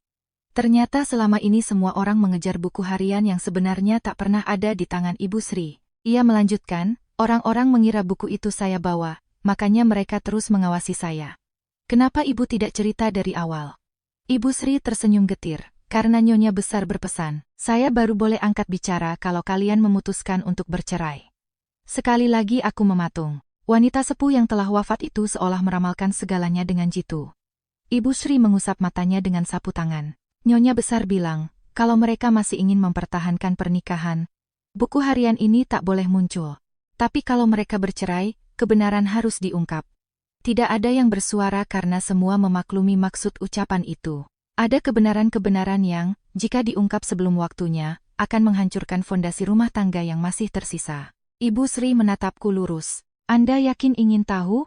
Aku tak langsung menjawab. Bayangan masa lalu berlarian di kepalaku. Hari pertemuanku dengan Bima, perayaan ulang tahun Nisa, makan malam keluarga, casian yang kuterima, upayaku memperbaiki segalanya. Dan diakhiri dengan bayangan Nyonya Ratna yang menamparku di perjamuan. Akhirnya aku mengangguk. Saya ingin tahu. Ibu Sri menyerahkan kunci itu pada pengacara Hendra. Brankasnya ada di rumah lama peninggalan Nyonya besar. Di luar kota, Bapak Surya mengangkat kepala. Rumah di kawasan Cikini? Benar. Bapak Surya memejamkan mata. Mungkin ia sendiri tidak menyangka rahasia terakhir ibunya disimpan di tempat itu. Sore harinya, rombongan kami bertolak menuju Cikini, ke sebuah rumah kuno bergaya kolonial yang dikelilingi halaman luas. Rumah itu kosong sejak nenek wafat. Langit mulai temaram, dan deru angin menggoyangkan dedaunan tua di halaman. Aku masuk dengan dada bergemuruh. Banyak perabot lama masih berada di posisinya. Kursi goyang rotan tempat nenek biasa bersantai, set cangkir teh yang mulai menguning, dan jam dinding kayu antik yang jarumnya lambat beberapa menit. Suasananya seolah nenek masih ada di sudut rumah itu. Ibu Sri memandu kami ke lantai 2. Di kamar tidur utama nenek terdapat sebuah lemari kayu jati besar. Di balik panel tersembunyi lemari itulah brankas tersebut bernaung. Pengacara Hendra memutar anak kunci. Pintu besi berdecit pelan saat terbuka. Di dalamnya tak ada perhiasan emas atau sertifikat tanah. Hanya ada sebuah buku catatan tebal bersampul kulit coklat dan sebuah amplop besar. Hawa di kamar itu seolah berhenti mengalir. Ibu Sri terisak pelan. Bapak Surya menjatuhkan dirinya di kursi, sementara aku terpaku memandangi buku tersebut. Jantungku berdetak tak karuan. 3 tahun. 3 tahun lamanya rahasia itu, perselisihan itu, dan rentetan kepedihan itu terkunci rapi di sana. Tepat saat pengacara Hendra mengulurkan tangannya mengambil buku itu, ponsel Bapak Surya berbunyi. Ia melirik layar dan air mukanya langsung berubah drastis. Bima, ia mengangkat panggilan. Dari ujung telepon terdengar rentetan kalimat tergesa-gesa. Aku tak bisa menangkap apa yang diucapkannya, tetapi dalam hitungan detik wajah Bapak Surya memucat layaknya mayat hidup. Seluruh pandangan di kamar itu otomatis tertuju padanya. Tangan Bapak Surya yang memegang ponsel gemetar hebat. Belum pernah aku melihatnya sekacau ini. Ada apa, Pak? Tanyaku. Ia membalas tatapanku. Suaranya serak tertahan. Ibu mertuamu. Hilang lagi. Kamar itu langsung membisu. Namun kalimat selanjutnya jauh lebih mengguncang. Dan sebelum pergi, dia meninggalkan secarik surat. Bapak Surya menelan ludah. Suratnya cuma berisi satu kalimat. Aku menahan napas. Bapak Surya menunjuk ke arah buku harian di dalam berangkas. Kalian ingin tahu siapa yang menghancurkan hidup ibu mertuamu? Bacalah halaman terakhirnya. Kata-kata Bapak Surya seolah menyedot habis seluruh oksigen di kamar itu. Tidak ada satupun yang lekas bicara karena semua mata tertuju pada buku harian yang kini terletak di atas meja. Selama hari-hari yang melelahkan ini, kami semua mengejar wasiat, mengejar saham, dan meributkan prahara keluarga. Baru di detik inilah kami menyadari, mungkin semua itu hanyalah kulit luarnya saja. Sedangkan kebenaran yang sesungguhnya tersembunyi di sudut yang tak terjamah oleh siapapun. Pengacara Hendra adalah yang pertama kali menguasai diri. Ia mengenakan sarung tangan karet tipis dan dengan amat berhati-hati membuka sampul kulit buku catatan itu. Kertas-kertas di dalamnya telah menguning. Tulisan tangan Nenek Bima sangat rapi dan tertata, cerminan wanita yang hidupnya selalu menjunjung tinggi aturan. Bapak Surya duduk mematung. Ayahku berdiri di belakangku, sedangkan aku merasakan detak jantungku sendiri menggema di gendang telingaku. Pengacara Hendra membalik halaman demi halaman. Lembar-lembar awal berisi rutinitas harian, masalah kesehatan, kenangan soal mendiang kakek, dan cerita soal bermain dengan Nisa saat bayi. Satu bagian membuat mataku berkaca-kaca. Nenek menulis, Nisa kita. Tiap kali anak itu tertawa, orang dewasa yang sedang bertengkar pun langsung diam. Anak ini membawa kedamaian. Aku menunduk. Sudah sangat lama aku tidak mendengar ada orang membicarakan putriku dengan cinta yang begitu sederhana. Pengacara Hendra terus membalik halaman. Atmosfer ruangan kian terasa mencekik seiring kami mendekati halaman-halaman akhir. Tulisan tangan nenek di lembar-lembar ini makin tampak gemetar dan tidak stabil. Kalimat-kalimatnya memendek. Kondisi fisik nenek jelas sangat menurun kala itu. Hingga tibalah pada halaman terakhir, tidak ada yang mendesak, tak ada yang menyela, hanya terdengar gemerisik kertas tua. Hendra membaca perlahan, mengeja baris demi baris. 12 Mei. Nenek tak sengaja mendengar percakapan Haris dengan pria asing. Bapak Surya seketika mencengkeram lengan kursinya kuat-kuat. Nenek tidak mau mempercayainya, tapi sepertinya dana proyek selatan yang raib itu benar-benar berhubungan dengannya. Aku melirik Bapak Surya. Pria itu memejamkan mata erat-erat. Goresan pedih di raut wajahnya seperti orang yang luka lamanya dibedah kembali tanpa bius. Hendra melanjutkan bacaannya. Nenek bertanya pada Surya. Surya bilang tak ada bukti. Tapi nenek ibunya. Nenek paham betul tabiat anak sendiri. Kalau dia mulai menghindar dari kenyataan, itu berarti dia sebenarnya sudah tahu faktanya. Kamar itu diselimuti kesunyian absolut. Aku bisa melihat tubuh Bapak Surya sedikit terguncang, bukan karena amarah, melainkan karena penyesalan yang menggerogotinya. Buku harian itu berlanjut. 27 Mei, nenek menemukan sebagian dokumen, bukan cuma Haris yang mengambil uangnya. Ada orang lain di belakangnya. Hendra terdiam sejenak sebelum membaca baris berikutnya. Orang ini dulu merupakan mitra strategis Bangun Nusantara. Nenek belum punya bukti kuat, tapi kalau terjadi apa-apa pada nenek, Sri tahu apa yang harus dilakukan. Di sudut kamar, Ibu Sri menangis dan menutupi wajahnya dengan kedua tangan. Selama lebih dari 3 tahun, wanita ini menanggung rahasia sebesar itu sendirian. Hendra membacakan bait-bait terakhir, dan disinilah semua orang mematung. Haris tidak mencelakai nenek. Orang yang ingin membungkam nenek adalah pria itu. Tapi yang paling menyayat hati nenek bukanlah uang yang dicuri, melainkan fakta bahwa Surya sudah lama tahu adiknya bersalah, namun tetap memilih bungkam demi keutuhan keluarga. Air mata menitik dari pelupuk mata Bapak Surya. Itulah kali pertama kulihat ayah mertuaku menangis. Pria parubaya yang pernah menguasai gurita bisnis korporasi, yang tak pernah gentar menghadapi rintangan apapun, kini tertunduk lesu bagaikan anak kecil yang ketahuan berbuat salah. Ayahku menghela napas.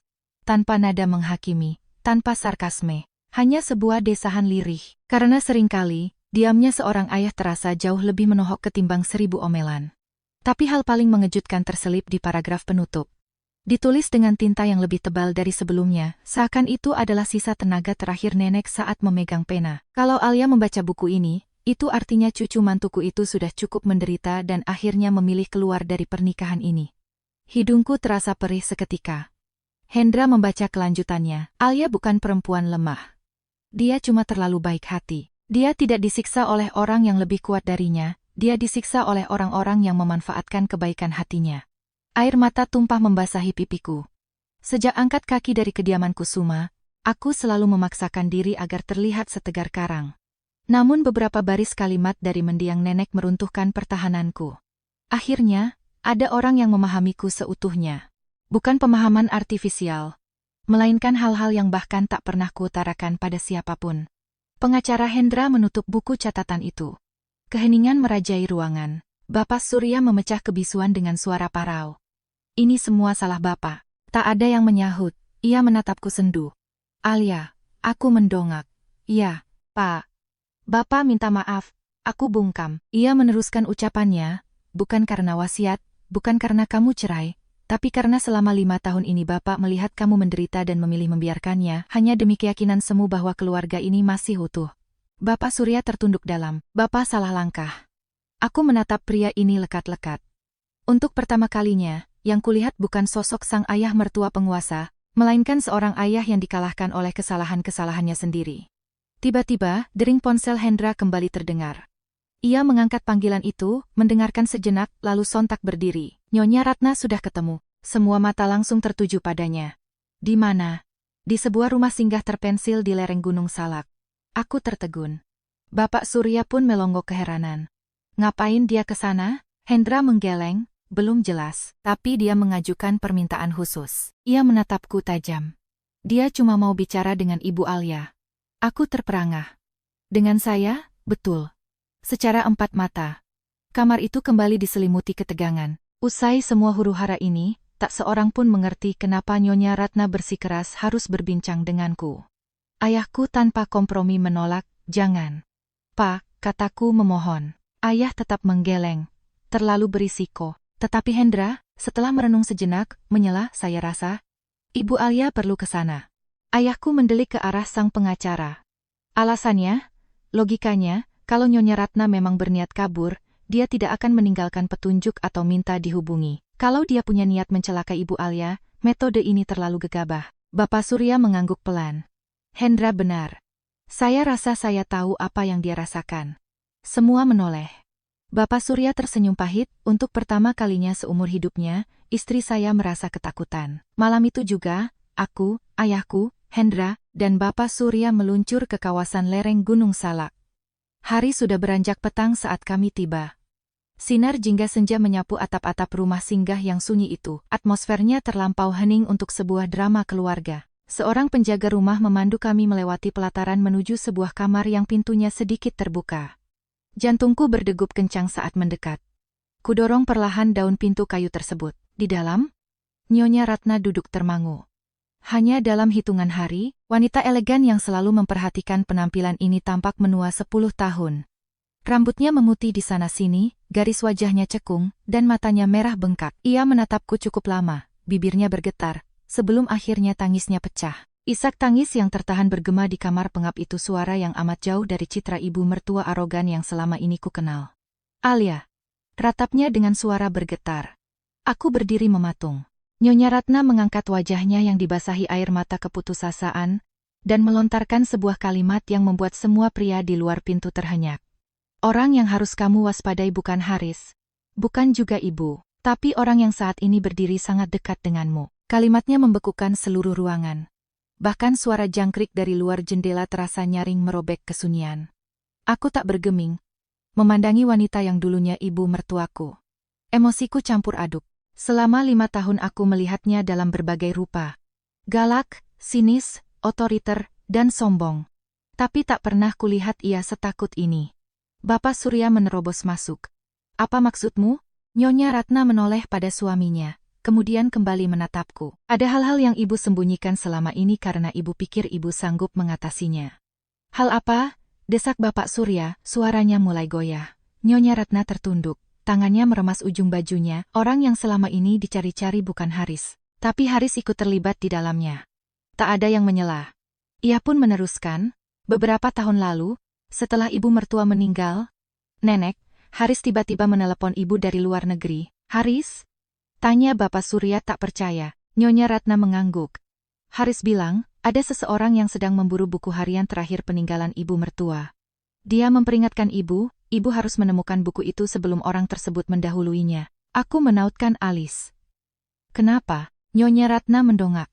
Karena di dalam buku itu tertulis identitas asli dalang di balik semua kekacauan ini. Siapa orang itu? Nyonya Ratna menatapku lekat-lekat, lalu menggeleng.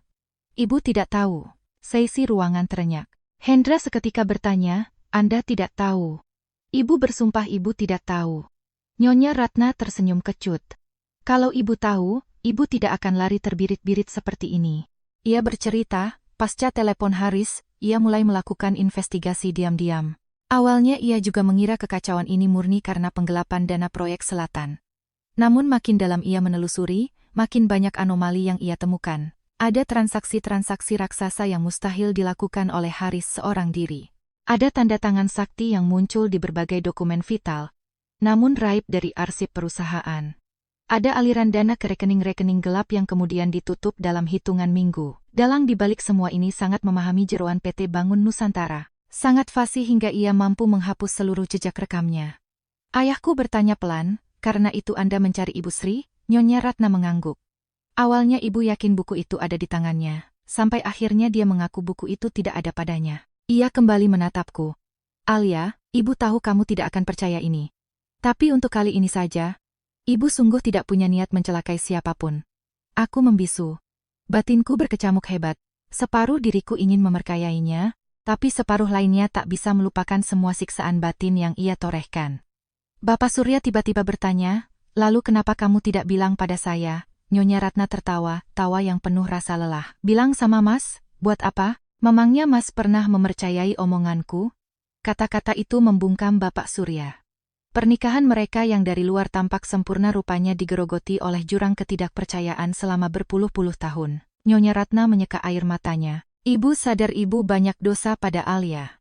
Ibu sadar ibu sangat jahat padamu. Untuk pertama kalinya ia menatap langsung ke mataku.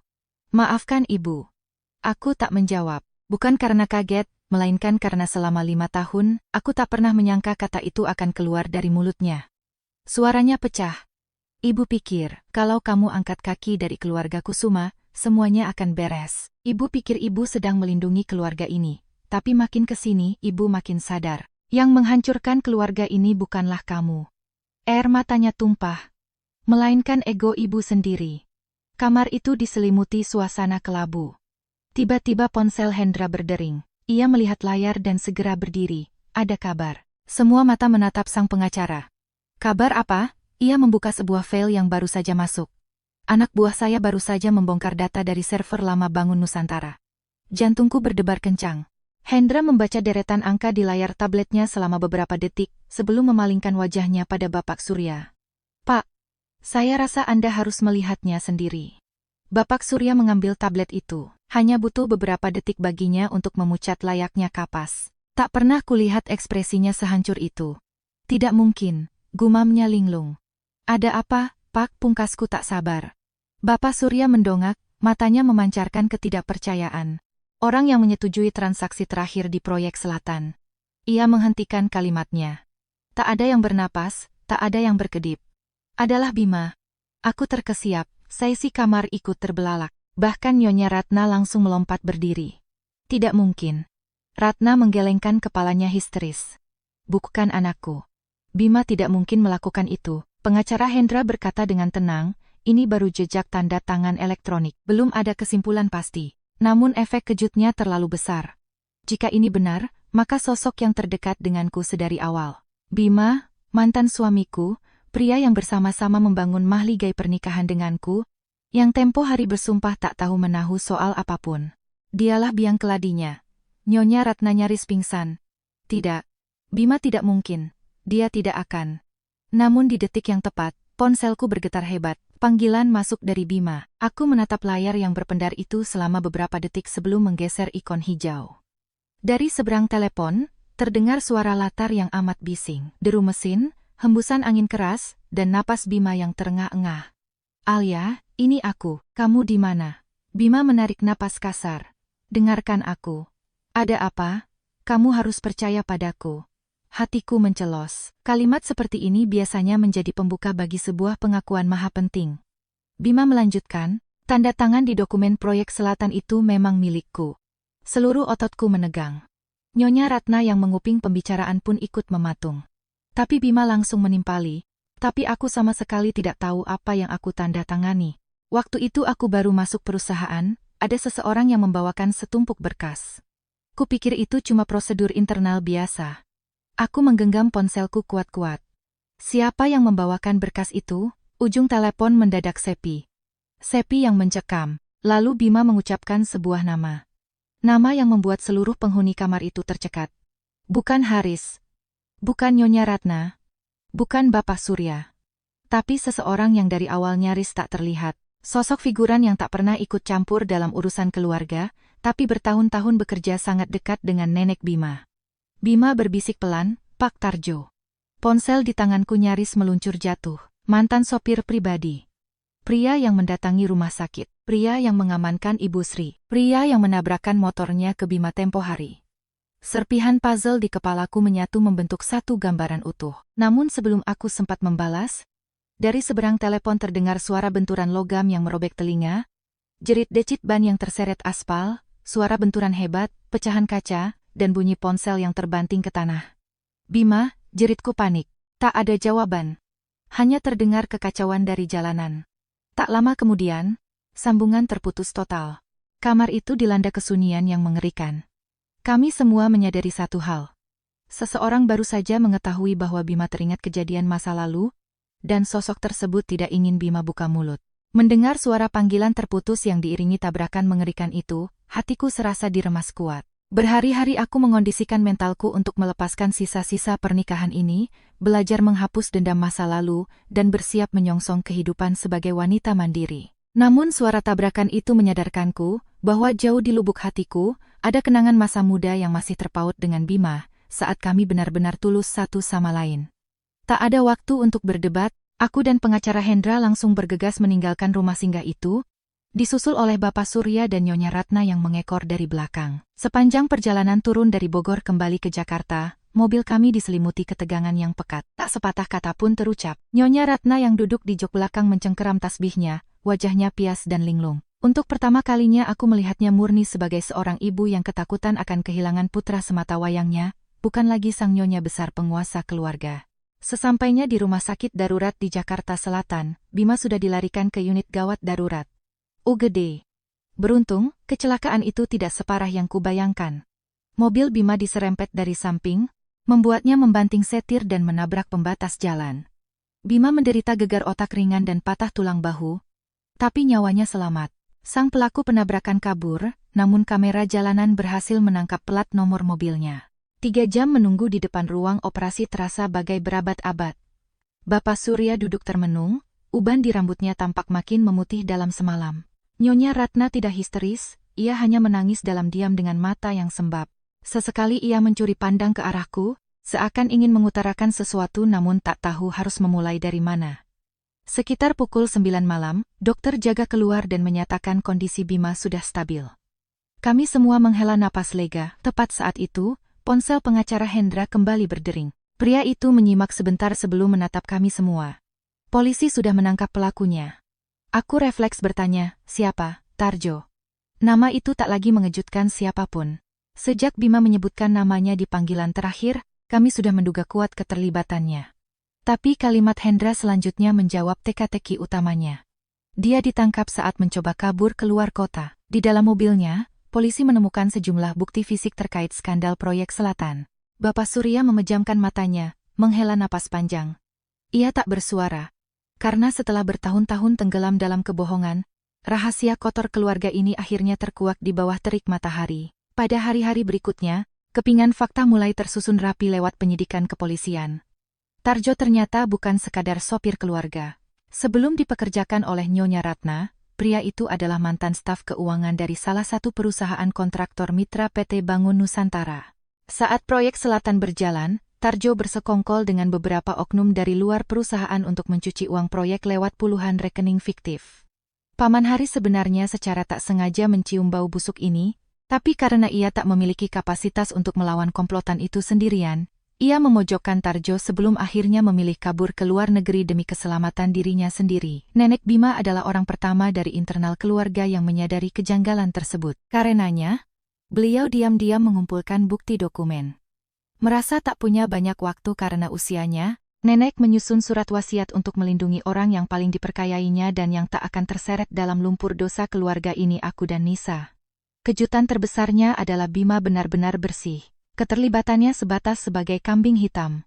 Saat itu ia masih muda dan baru belajar di perusahaan, sehingga ia dengan mudah menandatangani tumpukan berkas yang diselipkan Tarjo sebagai dalih prosedur standar operasi, tanpa tahu bahwa tanda tangannya menjadi rantai terakhir dari kejahatan kerah putih tersebut.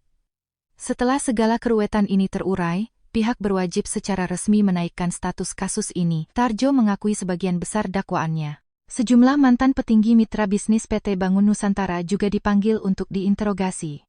Sidang bergulir berbulan-bulan, keadilan akhirnya ditegakkan. Namun pernikahanku dan Bima sudah terlalu retak untuk diperbaiki. Di suatu pagi yang cerah, saat daun-daun di pepohonan Jakarta mulai menguning dan berguguran menyambut pergantian musim, aku dan Bima datang bersama ke pengadilan agama untuk merampungkan proses perceraian kami. Tidak ada adu mulut, tak ada sengketa, tak ada caci maki. Semua berjalan amat damai. Hak asuh Nisa jatuh sepenuhnya ke tanganku, sementara Bima mendapat hak kunjung sesuai jadwal yang disepakati. Apartemen dibagi secara proporsional. Uang pribadiku yang terpakai untuk cicilan dikembalikan utuh tanpa kurang 1 rupiah pun. Dan yang terpenting, 18% saham peninggalan nenek Bima tetap menjadi hak milikku sesuai amanat wasiat. Keluar dari gedung pengadilan, langit sangat biru tanpa awan. Bima menghentikan langkahnya di anak tangga, menatapku lamat-lamat, dan menyunggingkan senyum tipis yang tulus. Dulu, aku selalu yakin kita akan menua bersama. Aku ikut tersenyum, aku juga pernah berpikir begitu. Ia mengangguk pelan. Maafkan aku, Alia. Aku menatap pria yang kini resmi menjadi masa laluku itu. Kini, tak ada lagi denyut perih, yang tersisa hanya kelegaan. Aku sudah memaafkanmu, Bima. Mata Bima berkaca-kaca. Terima kasih. Itu adalah percakapan terakhir kami sebagai suami istri. 1 tahun berselang, roda kehidupan berputar drastis. Bapak Surya memutuskan pensiun dari jabatannya sebagai presdir dan menyerahkan tampuk pimpinan kepada profesional. Memilih menghabiskan sisa harinya di rumah. Nyonya Ratna berubah 180 derajat dari sosok sosialita angkuh menjadi wanita yang aktif dalam kegiatan amal dan sesekali mengunjungi Nisa dengan penuh kasih. Yang paling menakjubkan, perubahan Nyonya Ratna bukan didasari rasa takut akan kehilangan kekuasaan, tapi murni karena untuk pertama kalinya seumur hidup, ia dihantam oleh konsekuensi nyata dari ego dan sifat tiraninya. Pada suatu hari, saat ia duduk menemani Nisa bermain di taman, ia menoleh padaku dan berbisik pelan, "Ibu banyak sekali berutang padamu." Aku hanya membalasnya dengan senyuman. Sebab ada utang-utang yang tak perlu dibayar dengan materi, melainkan cukup dengan kesadaran penuh dari lubuk hati. Sementara itu, aku menjalani rutinitasku sebagai perempuan biasa, mengantar Nisa ke sekolah, bekerja mandiri, dan sesekali menikmati makan malam bersama ayahku. Saham dari nenek menjadi jaminan masa depan Nisa. Namun harta paling berharga yang kudapat dari prahara ini bukanlah uang, melainkan pembelajaran tentang betapa berharganya nilai diriku sendiri. Dulu aku berpikir kesabaran tanpa batas adalah kunci mempertahankan rumah tangga, bahwa diam diinjak-injak adalah sebuah pengorbanan suci. Kupikir dengan berlaku patuh, orang lain akan otomatis menghargai kebaikanku. Namun realita menamparku dengan telak. Kebaikan hati itu tak ternilai harganya, tapi ia wajib diberi pagar batas yang tegas. Seorang wanita berhak mencintai keluarganya, boleh menjadi pemaaf dan penyabar, tapi pantang menggadaikan harga dirinya. Senja itu, aku berjalan menggandeng tangan Nisa menyusuri pinggir danau. Sinar keemasan matahari memantul riak air, diterpa hembusan angin sejuk. Nisa yang berceloteh riang soal teman-teman sekolahnya, mendadak mendongak dan menatapku. Mama bahagia nggak? Aku memandangi malaikat kecilku. Mata jernihnya tak pernah berubah. Aku tersenyum lebar. Tentu saja Mama bahagia. Kenapa, Ma? Aku berjongkok, mengecup keningnya dalam-dalam. Karena Mama punya Nisa. Gadis kecil itu tertawa lepas. Tawanya yang renyah dan polos mengudara di ketenangan senja. Tiba-tiba aku kembali teringat ucapan Nenek Bima. Nisa, seperti mentari yang menerangi rumah. Ya, setelah badai dahsyat itu berlalu, mentari kecilku tetap bersinar terang di sini bersamaku. Dan aku pun sama. Aku bukan lagi menantu penurut yang takut keluar dari sangkar pernikahan toksik. Kini aku berdiri sebagai seorang ibu, seorang anak perempuan, dan seorang wanita utuh yang telah belajar cara menghargai dirinya sendiri, yang sangat sadar bahwa ia pantas dihormati. Terkadang, sebuah perpisahan bukanlah titik akhir, melainkan pintu gerbang menuju hidup yang baru. Dan terkadang, kebahagiaan sejati tidak diukur dari kemampuan kita memaksa seseorang untuk terus berada di sisi kita seumur hidup, melainkan dari kemampuan kita untuk tetap mempertahankan kebaikan, rasa kemanusiaan, dan keberanian melangkah maju pasca diterjang nestapa. Para pembaca yang budiman, sampai disinilah kisah kita berakhir. Namun hikmah di balik peristiwa ini bukanlah semata tentang rumah tangga yang kandas, skandal perusahaan yang terbongkar, atau wasiat yang membelalakan mata. Jauh lebih esensial dari itu adalah cara setiap karakternya berdamai dengan penyesalan, penderitaan, dan takdir yang mereka ciptakan sendiri. Seringkali dalam hidup, kita merasa bahwa rasa sakit terberat datang dari pengkhianatan, kehilangan, atau ketidakadilan yang dipaksakan pada kita. Namun seiring berjalannya waktu, kita akan sadar bahwa hal yang paling meremukan jiwa bukanlah luka sayatan orang lain, melainkan hilangnya kedamaian batin karena kita terlalu erat menggenggam dendam. Memaafkan bukan bertujuan agar orang yang menyakiti kita merasa lega, tapi agar kita sendiri berhak hidup dengan hati yang merdeka. Kisah Alia menampar kita dengan realitas sederhana. Kebaikan hati adalah mutiara berharga, namun tidak lantas menjadikan kita keset yang bebas diinjak-injak. Berlaku baik bukan berarti pasrah tanpa syarat, melainkan cerdas menempatkan cinta, memaklumi orang yang tepat, dan garang membela prinsip di saat harga diri diinjak. Selain itu, rasa hormat antar anggota keluarga adalah fondasi mutlak. Anak wajib berbakti pada orang tua, namun orang tua juga wajib menyayangi anak dengan penuh empati, bukan dengan tirani dan pemaksaan kehendak. Terkadang, ucapan tajam yang dilontarkan saat emosi terasa sepele, padahal ia sanggup menorehkan trauma di hati sanak saudara hingga puluhan tahun lamanya. Keluarga baru pantas disebut rumah apabila di dalamnya bernaung rasa hormat, kesediaan mendengar, dan kelapangan untuk saling memaafkan. Di dunia ini tak ada manusia sempurna. Nyonya Ratna salah, Bapak Surya keliru. Bima pun penuh sesal. Namun poin terpentingnya adalah, saat kebenaran telanjang di depan mata, mereka punya nyali untuk berintrospeksi diri. Seseorang tak patut dihukum seumur hidup atas kesalahan masa lampaunya. Yang paling menyedihkan adalah ketika seseorang sadar dirinya salah, namun tak punya cukup nyali untuk memperbaikinya. Pada akhirnya, yang paling abadi di dunia ini hanyalah kehangatan antar manusia. Harta bisa lenyap dan dicari kembali. Popularitas luntur dimakan waktu. Tahta akan tergerus oleh usia senja.